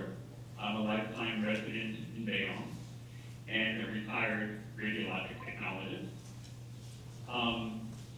The reason I'm calling today is there was always kind of a mentality of either or with NJTA in New Jersey Transit. So it's very heartening to see that Governor Sherrill has nominated Chris Glory to be chair of both. And I think there needs to be a both and kind of mentality. Your comments, Ms. Glory, this morning about moving people efficiently throughout New Jersey. If I could just say that I think the word would even be better saying beneficially. There's a huge difference between the health that happens with children, especially when there's more mass transit in the area versus more cars. So what does that actually mean? So, because I was in 30 years in medical imaging, one of the things that happens with children and why it's pollution, air pollution from increased car usage disproportionately harms children more than adults is due to their developing bodies. They also have higher breathing rates. So children breathe faster than adults, inhaling up to 50% more air per pound of body weight, which means they take in more pollutants. And as so many of the speakers have said before me, there is skyrocketing asthma in this area. So it not only affects the lungs, but also the brain and the immune system are still developing, which makes them more susceptible to damage. And just the practical aspect is that it's shorter. So because children are closer to the ground, where exhaust fumes are more concentrated, they're breathing in more than adults do. Plus, they play outside more, which increases their breathing anymore because they're playing around. I don't think it would be far-fetched if some people are thinking, how can Chris Glory be chairing both NJTA and New Jersey Transit, because tomorrow will be exactly a decade and a month when he was acting governor of New Jersey. So I think part of bold leadership is also saying no. And saying no to the expansion would be very bold leadership. And thank you very much for your time and the opportunity to speak. Thank you. Next public comment will be from Melanie McDermott. Melanie, your line is live and your time will now. Hello, thank you very much for the opportunity to speak. I'm a resident of Highland Park and I go to both the highways and the public transit. I think that as many before me have noted, the opportunity to think and the need to think of our public transit system as a whole, as a unit, is comprised of both our highway system and our public transit, and looking at the benefit that we want the system to deliver for the efficient and equitable movement of people. The minimum cost and the minimum environmental and public health impacts, especially on the most vulnerable. The Turnpike expansion project fails to meet that test. It is a fact that if you build a they will come, more lanes mean more traffic, more pollution, more health impacts, more carbon emissions, and these health impacts will fall on already polluted communities, as has been noted. So I'm calling for the continuation of the current plan, of the current pause, a reconsideration of all alternatives, including the possibility of building one new bridge instead of two. And reallocating those revenues, think of what $12 million could do to improve our public transit system, and that requires reexamination. And finally, I'd like to note that the reexamination provides the opportunity for meaningful input from the public, including local public officials, and most especially the affected residents. Thanks very much for your time. Thank you. The next public comment will come from Brittany Fullwoods. Your line is live on your time when advocate.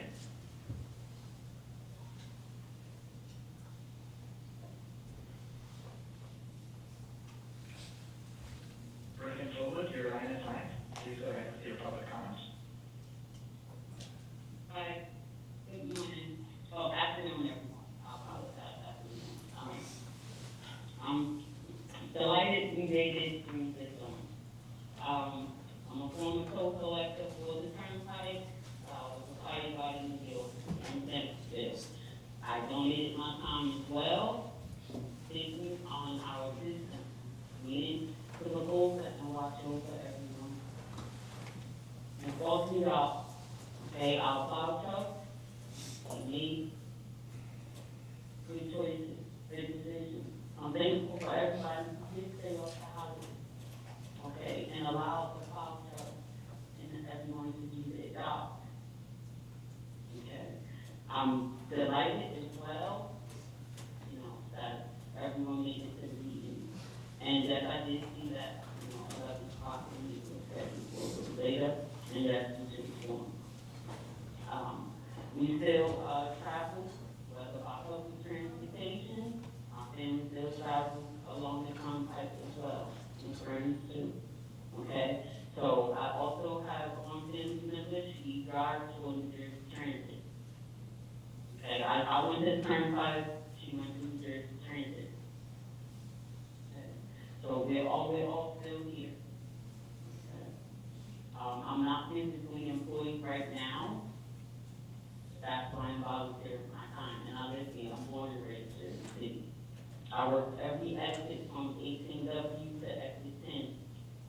But I'm still sitting here right by 14 feet. I can physically walk out my front door, and I'm right here. But I also keep up on our system. Okay, the Jersey Safe Trip. To make sure everybody's safe.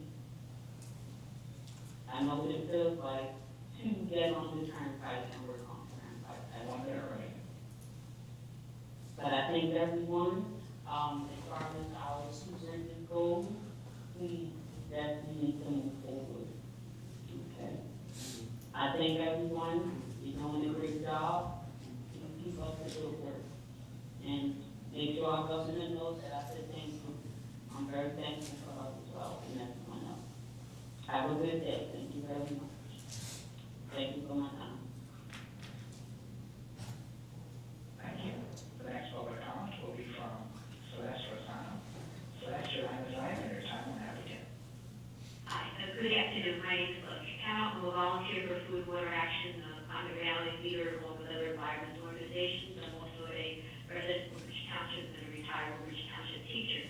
I'd like to express my congratulations and sincere best wishes for success to both our new Governor Sherrill and also to Mr. Calori as the chair of both the New Jersey Turnpike Authority and New Jersey Transit.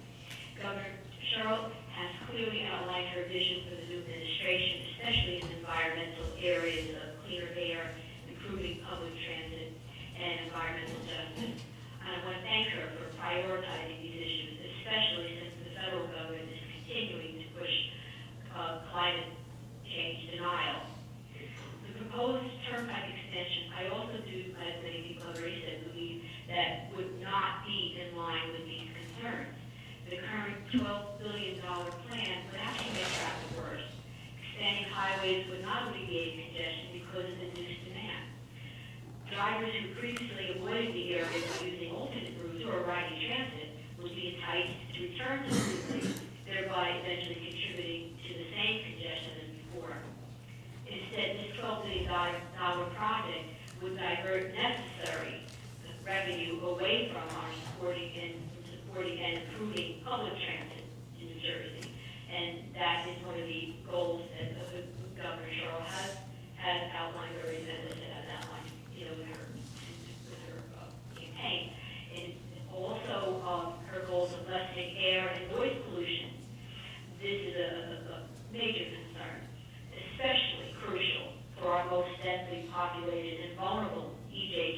such as Jersey City, Bayonne, Hoboken, and Newark.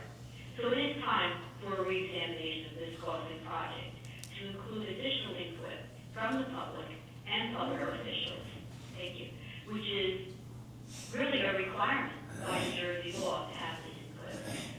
Viable alternatives must reflect a more effective way to produce a better quality of life for us and future generations. Thank you and stay safe. Thank you. The next public comment will be from David Riddle. David, you're on the flag, and your time will begin. Thank you. My name is Dave Rival. I'm the CEO of the Utility Transportation Contractors Association.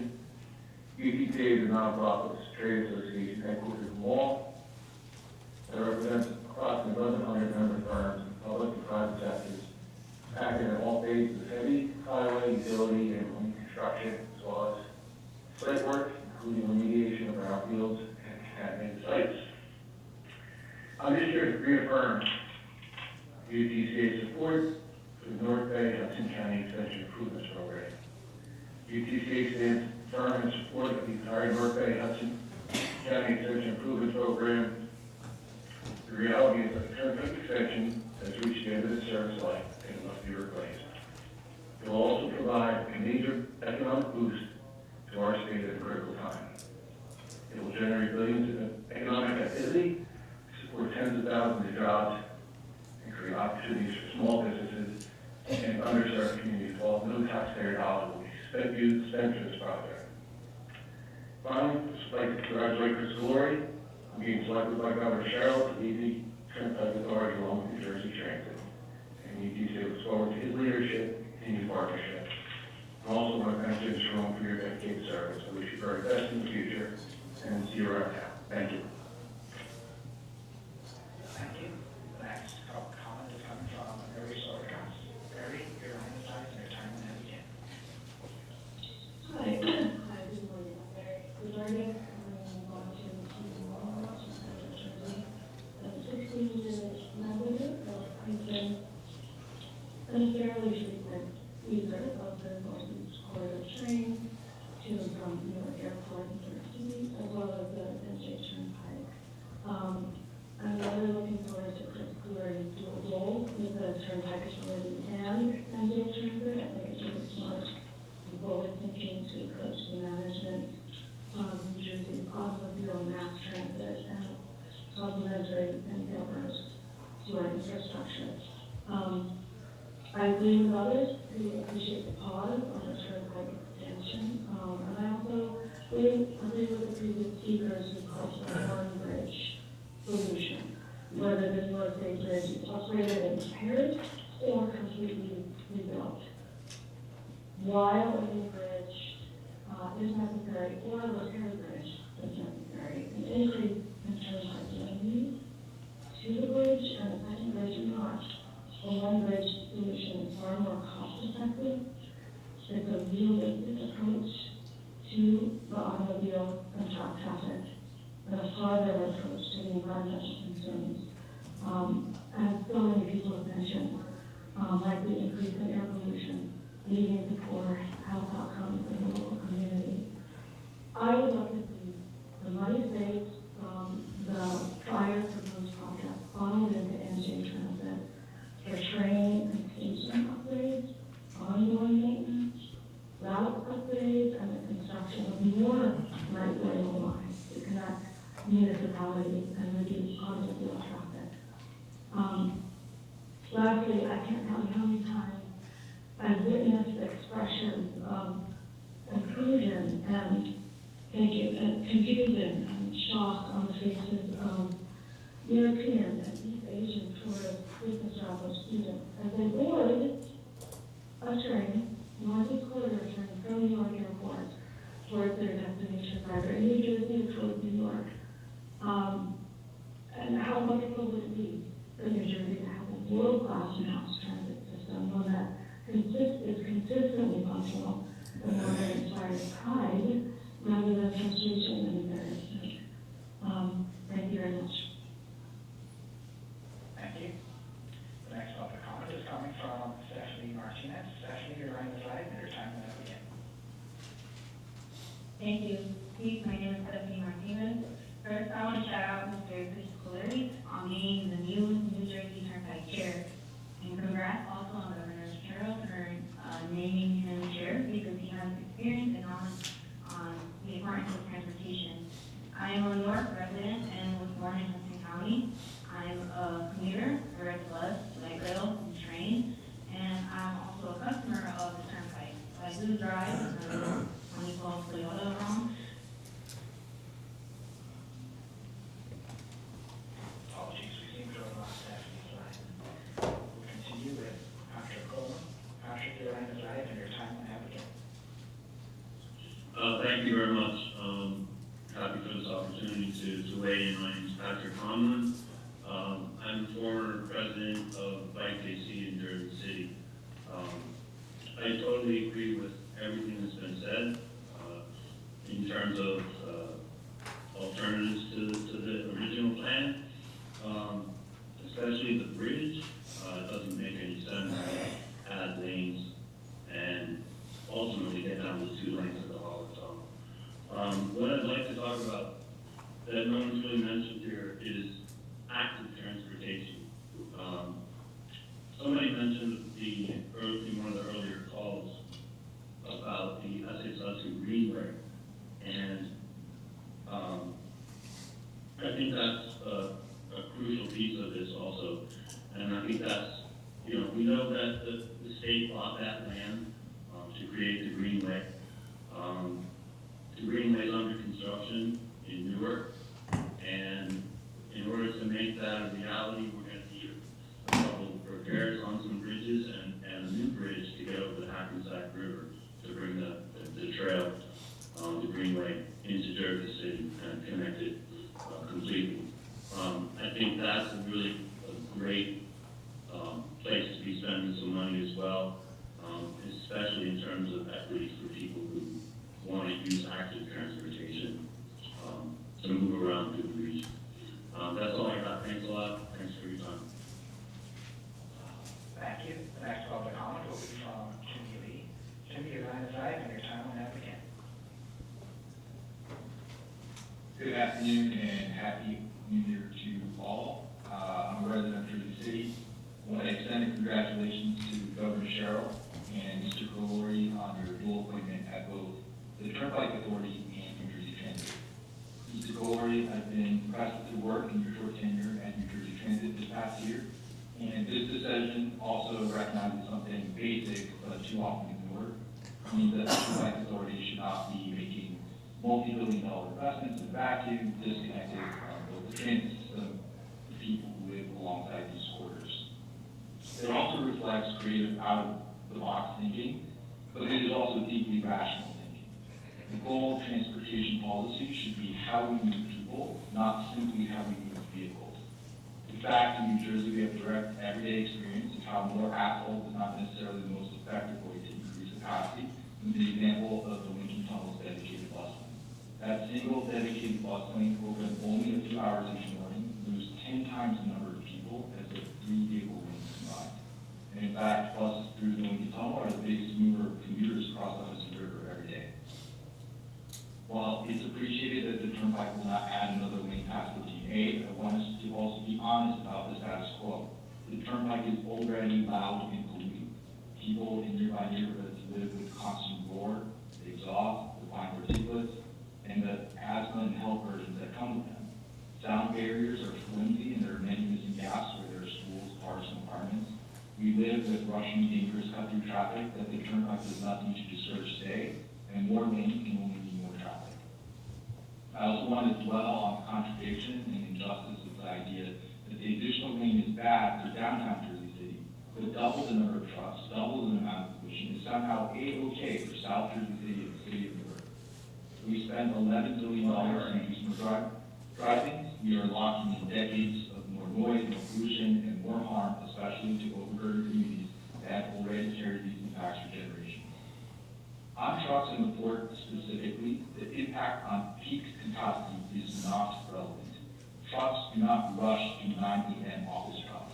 The port already has an appointment system that spreads trucks throughout the day, and trucks are not allowed to show up outside their appointments and extending the limited port hours would keep pollution dilute rather than attempting to stuff more trucks in the ports at the same time. I mean, it's hard to imagine how they would get in the first place. This plan for 2 bridges should be paused, and the NJTA should look for savings and reconsider the total value to New Jersey of all of alternatives, including extending the light rail to Bergen County, to Bayfront and Commerce in Newark, funding the Rockville Shannon light rail, signal priority for buses throughout the state, bus rapid transit for JFK in Hudson County, which would speed millions per year. Director Corey and Governor Cheryl, please pause this project, reopen the alternatives, and I urge you to put moving people clean, efficient, and safety at the center. Thank you so much. Thank you. I'll move it back to Stephanie Martinez. Stephanie, you do have 2 minutes remaining in your public comments. Please go ahead. Thank you so much. I was right back what I said, I'm calling in because I want to echo what both have been saying. We need to fix the bridge. We need to look at the environmental and health impacts of where this extension project is going to be. I especially want to voice my concerns about the Turnpike extension project on how it's threatening my community. I am 25 years old and I'm scared for my generation and generation's future. I'm scared because many scientists and organizations have warned that humanity has approximately 3 to 4 years left to drastically reduce carbon emissions. So let me rephrase that. If we don't get our ish together by the time I am 28, we will have the most catastrophic, irreversible climate impacts. And we're seeing it across the country, across the globe. We're seeing it right now. But I'm hopeful because there have been so many public voices concerned about the $12 billion project to extend the Turnpike and how it will cause more air pollution, with more cars on the road, more traffic concerns and accidents. Jersey City's youth and Newark's youth are the most vulnerable and suffering from asthma. I'm hopeful because Governor Cheryl is a leader and her new administration will reduce costs, improve public transit, and meet cleaner air goals for a livable planet. So let's get it together, let's fix the bridge, but not at the cost of people's lives. I want to live up to 50 like you, Mr. Colori. Let's do this. Thank you. Thank you. The next public comment will be from Dan Blanco. Dan, your line is live and your time will now begin. Hi, thanks for having me. My name is Tim Lambo. I'm a PhD student at Rutgers University. I'm in support of all the comments that have been said thus far. I don't think 2 bridges is the correct solution. I heard the question a little bit about what we could do instead, and so here are some things that $12 billion could be allocated towards instead. So $12 billion, this amount could only fund roughly 12 Hudson's and Bergen light rail scale expansions. They each cost about $1.1 billion. It could support approximately 1,300 local water and stormwater infrastructure projects similar to those financed by the New Jersey Water Bank. On the operating side, NJ's fiscal year 2026 operating budget is about $3.16 billion, which roughly 60% of that is dedicated to salaries and benefits. That means out of the $12 billion, that could fund about full 4 years of NJ transit operations, including wages and benefits. That same $12 billion could electrify a massive share of New Jersey's bus fleet. Battery electric transit buses cost roughly $1.1 to $1.3 million per bus. So with $12 billion, we could buy roughly 9,000 to 10,000 electric buses, not including operating costs. By contrast, the 2 bridge expansion from an estimated $12 billion about clear independent evidence that it will significantly reduce long-term congestion. As people have said, if you hate it, people will drive it. And this doesn't include the health and climate impacts near New Jersey City, and the bridge corridor. As everybody has kind of said thus far, air quality is worsening across the state, especially amongst this region. So increasing the congestion will only make this worse. Based on projected emissions, by 2050, New Jersey could avoid about 169 premature deaths, prevent more than 2,300 asthma attacks, and prevent 10,000 lost memories per year. If we reduce bridge traffic and traffic overall, New Jersey, from a climate impact standpoint, has warmed by about 4 degrees Fahrenheit since 1900. And this is, we're about roughly double the amount of 90 degrees Fahrenheit made by this century. So for all of these reasons and more, and people have been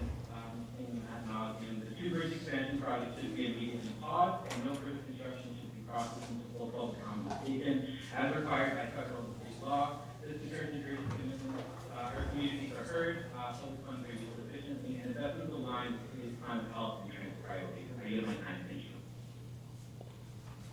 Thank you. And the next public comment will be from Janet Berger. Janet, your line is live. Your time will now begin. Thank you. I first wanted to congratulate the local church folks at New Jersey Turnpike Authority and New Jersey Transit. I am an artist for increasing MEPS in New Jersey. That's the future of transportation in New Jersey. I want to most of the comments previously said very articulately. There is only, it must be re-examined, and the examination of the project must include meaningful input from the public and public officials, which are previously violations of federal and Jersey law and sound public policy. Thank you for the opportunity to come and I yield my time. Thank you. And there were no other public comments at this time. Thank you, operator. The public comment portion closed. Do any of the commissioners wish to make any comment? Jim, do you wish to make any comments? Yes, I do, Commissioner Bertoni. I just want to take this opportunity to acknowledge New Jersey DOT Commissioner Francis O'Connor for his service to both our agency and to the state. As many of us can remember, in his 6-year career here at the authority and out to the private consulting community, only to return as commissioner these past 2 years. If Fran were here today, he would agree that his number one priority has been safety, even to the extent when Governor Murphy in January of 2025 signed the Target Zero Commission, he appointed Fran as the chair of a commission with 13 state agencies, which issued its final report last month. It contains 72 specific actions, which we are going to implement moving forward to reduce fatalities and crashes. So from all of us here, we wish he and his wife and his family the best of luck in all his future endeavors. So thank you, Frank. Thank you very much, Jim. We will now move on the agenda approval process. If no commissioners have an objection, at this time, I would like to move item 34. Thank you. Requesting approval of item number 34, resolution appointing Chris Galori as the executive director of the Turnpike Bar. Set consideration of resolution appointing Chris Galori as executive director of the New Jersey Turnpike Authority, effective on February 9th. Chris Galori's experience and background, as set forth in more detail in the resolution, makes him uniquely qualified to oversee the state's integrated public transportation system. Governor Sherrill has recommended Chris Galori to the New Jersey Turnpike Authority Board to fulfill the authority's mission to provide an efficient, safe, and responsive roadway transportation system, and to unify and coordinate transportation strategy with New Jersey Transit to improve the daily commute for millions of New Jersey residents. Approval of this item would authorize the chair to negotiate and execute an employment agreement with Chris Galori with moralizing terms reflecting an at-will and non-pensionable employment status, no employer contribution to the retirement program, no health or vacation benefits, a salary of no more than $1, and an authority to purchase life insurance policy with a face value of $300,000. May I please have a motion to approve item number 34? I'll make that motion. Second motion, I'll say second. Any discussion? May I ask Jennifer to please take the roll? Vice Chair Diaz? Yes. Treasurer Dupont? Yes. Commissioner Marino? Yes. Commissioner Salerno? Yes. Commissioner Mazzarano? Yes. Commissioner Wozniacki? Yes. Interim Commissioner Bertoni? Yes, thank you. We'll now proceed with human resources. Hey, Garrett, please.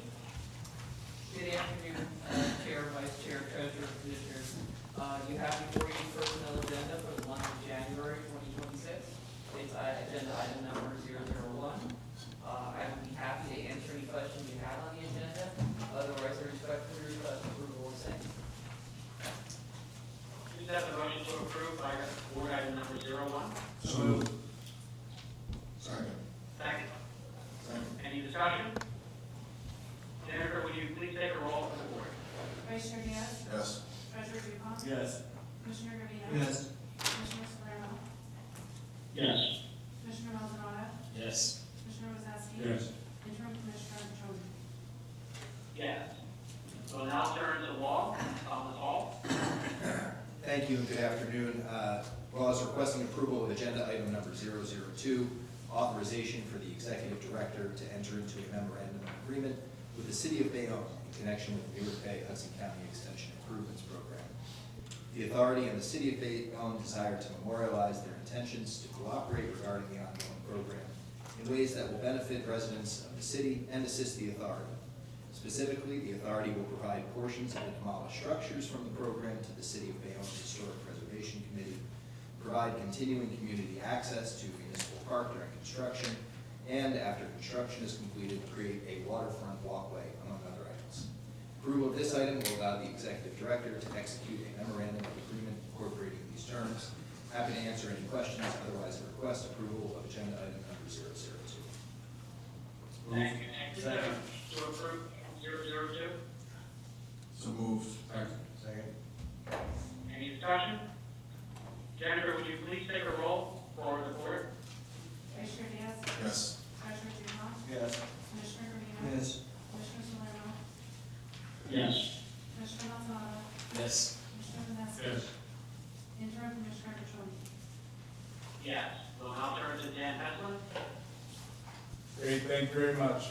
Good afternoon, requesting approvals of item numbers 3 through 7. Item number 3 is a recommendation to award contract number P100-743 to Farrar Construction Company Incorporated in the amount of $12,711,472 for bridge repairs and resurfacing, post 0 to 126. Item number 4 is a recommendation to award contract number T100-744 to Farrar Construction Company Incorporated in the amount of $17,923,472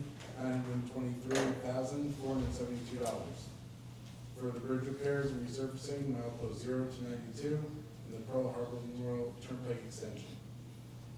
Item number 5 is a recommendation to award contract number P200-721 to the Crisdale Group Incorporated in the amount of $20,777,628 for roadway resurfacing, milepost 0 to 126, section 9 and 12. Item number 6 is a recommendation to award contract number T200-735 to Kramer Ruberdin, a joint venture, in the amount of $17,174,629 for guide rail improvements, milepost 105.8 to west 109.4 and milepost 105.8 to east 115.7. Item number 7 is a recommendation to award contract number A900-557 to Kyle Conti Construction, LLC, in the amount of $10,888,888.10 for the construction of flood mitigation at Turnpike Interchange 11.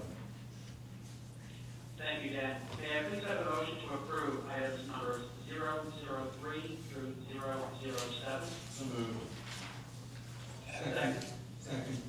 Any discussion? Jennifer, would you please take a roll call from the board on these items? Vice Chair Diaz? Yes. Treasurer Dupont? Yes. Commissioner Garvelia? Yes. Commissioner Salerno? Yes. Commissioner Wazowski? Yes. Interim Commissioner Petroni? Yes. We'll continue on with Dan Heslin. Thank you. Requesting approval of item numbers 8 through 17. Item number 8 is a recommendation to issue order for professional services number A3827 to IH Engineers, PC, in the amount of $2,280,000. This is to provide supervision of construction services for contract number A900-557, construction of flood mitigation at Turnpike Interchange 11. Item number 9 is a recommendation to issue order for professional services number T4104 to NIAC Consulting Group, PC, in the amount of $3,550,000. This is to provide supervision of construction services for contract number T-200-735, guide rail improvements, milepost 105.8 to west 109.4, and milepost 105.8 to the east 115.17, and contract number T-200-736 for guide rail improvements, milepost 103.5 to milepost 106.3. Item number 10 is a recommendation to issue order for professional services number P4157 to Lyro Engineers Incorporated in the amount of $2,100,000 to provide supervision of construction services for contract number P100-743, bridge repairs and resurfacing, milepost 0 to 126. Item number 11 is a recommendation to issue order for professional services number T4158 to Attain Engineers, Architects, and Land Surveyors, PC, in the amount of $2,475,000. This is to provide supervision of construction services for contract number T100-744, bridge repairs and resurfacing, milepost 0 to 92, and the Pearl Harbor Memorial Turnpike extension. Item number 12 is a recommendation to issue order for professional services number P4266 to Dresner Robin Environmental Management Incorporated in the amount of $1,495,000. This is to provide environmental compliance services at the Frank Sinatra, Celia Cruz, Judy Bloom, and Bon Jovi service areas. Item number 13 is a recommendation to issue order for professional services numbers A4286 to GFT Infrastructure Incorporated in the amount of $10 million. This is to provide on-call engineering services. Numbers A4287 to Dewberry Engineers Incorporated in the amount of $10 million to provide on-call engineering services. Number A4288 to Michael Baker International Incorporated in the amount of $10 million to provide on-call engineering services. Item number 14 is a recommendation to issue supplement B to order for professional services number T3725 to Michael Baker International Incorporated in the amount of $550,000. This is to provide design services for contract number T100-518, bridge repairs and resurfacing, milepost 0 to 92, and the Pearl Harbor Memorial Turnpike extension. Item number 15 is a recommendation to issue supplement B to order for professional services number T3839 to AECOM Technical Services Incorporated in the amount of $35 million to provide program manager and environmental services for New Jersey Turnpike Interchange 1 to 4 widening program. Item number 16 is a recommendation to execute utility order number 1761-P to Buckeye Pipeline Company, LLP, in the amount of $9,400,000. Item number 17 is a recommendation for authorization to purchase wetland mitigation credits under agreement number 232-25 to Kane Mitigation, LLC, in the amount of $16,300,000. Thank you, Jen. May I please have a motion to approve items? So moved. Second. Second. Yep, second. And Jennifer, would you please take a roll call from the board on these items? Commissioner Diaz? Yes. Treasurer Dupont? Yes. Commissioner Carino? Yes. Commissioner Salerno? Yes. Commissioner Lozano? Yes. Commissioner Wozniacki? Yeah, I'm yes on all except for 16. I'm recused on 16. Okay. And interim Commissioner Bertoni? Yes. Dan, would you please continue? Yes, thank you. Requesting approval of items numbers 18 and through 19. Item number 18 is two final acceptances. The contractor is Joseph M. Cesari Incorporated under contract T100-559.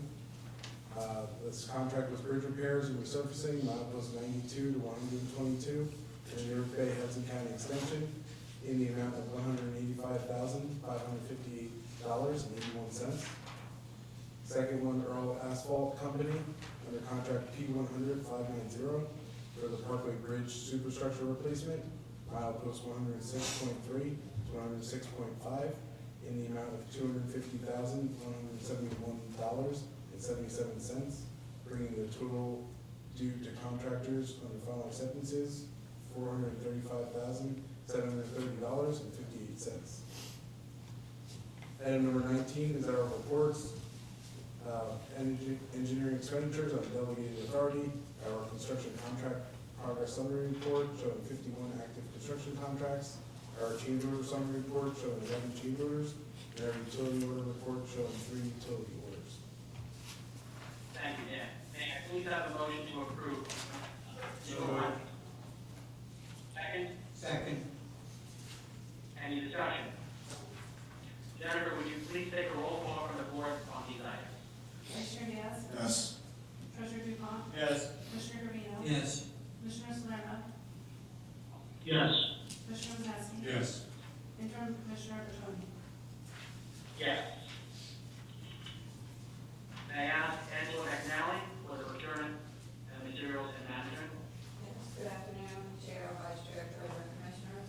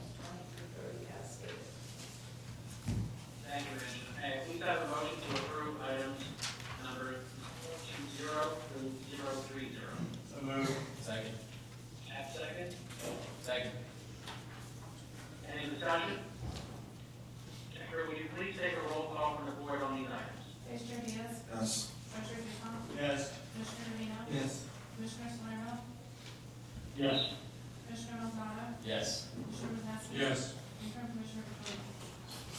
Yes. We'll now turn to operations. Kevin Dunn. Thank you. Good afternoon, Mr. Chairman, Mr. Vice Chairman, Mr. Treasurer, and Commissioners. Submitted for your acceptance is item 31. Item 31 is a summary of volume crashes on both roadways for the calendar year 2025. Also included is a summary of fatal crashes on both roadways for the calendar year 2025. Thank you, Kevin. May I please have a motion to accept item 031? Move. Second. Second. All in favor? Aye. Aye. Major Sean O'Connor, will you please present? Good afternoon, and thank you. We're requesting the acceptance of item number 032, New Jersey State Police Troop Deactivity Reports for December 2025 with 2024-2025 yearly comparisons. Thank you, Major. May I please have a motion to accept item number 032? Move. Second. Second. All in favor? Aye. Aye. We now turn to finance. Erwin Luna. Thank you.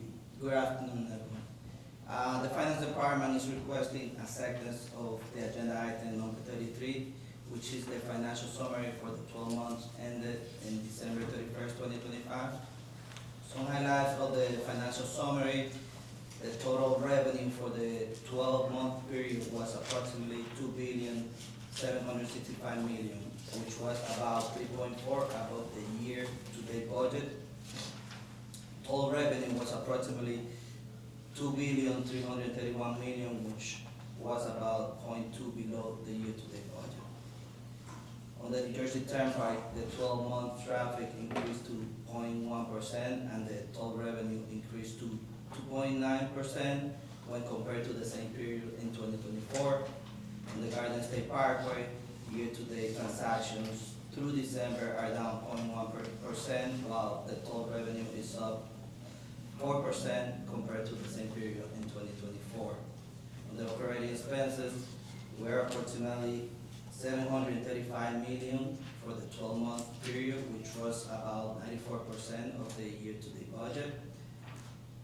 Debt service for 2025 was $1,015,450,000, which was 2.9 below the year-to-date budget.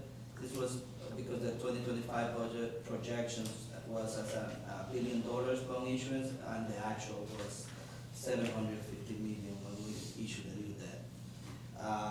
The total capital spending was approximately $856 million for the 12 months.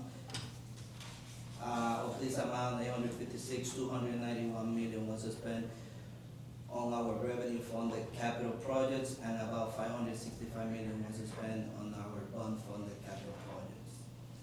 As of December 2025, we are in compliance with all the bond resolution financial covenants and are expected to remain in compliance through the year end in 2026. So Finance Department looking and requesting a second of agenda item number 33. Thank you, Rowan. May I please have a motion to accept 033? So moved. Second. All in favor? Aye. Aye. All right.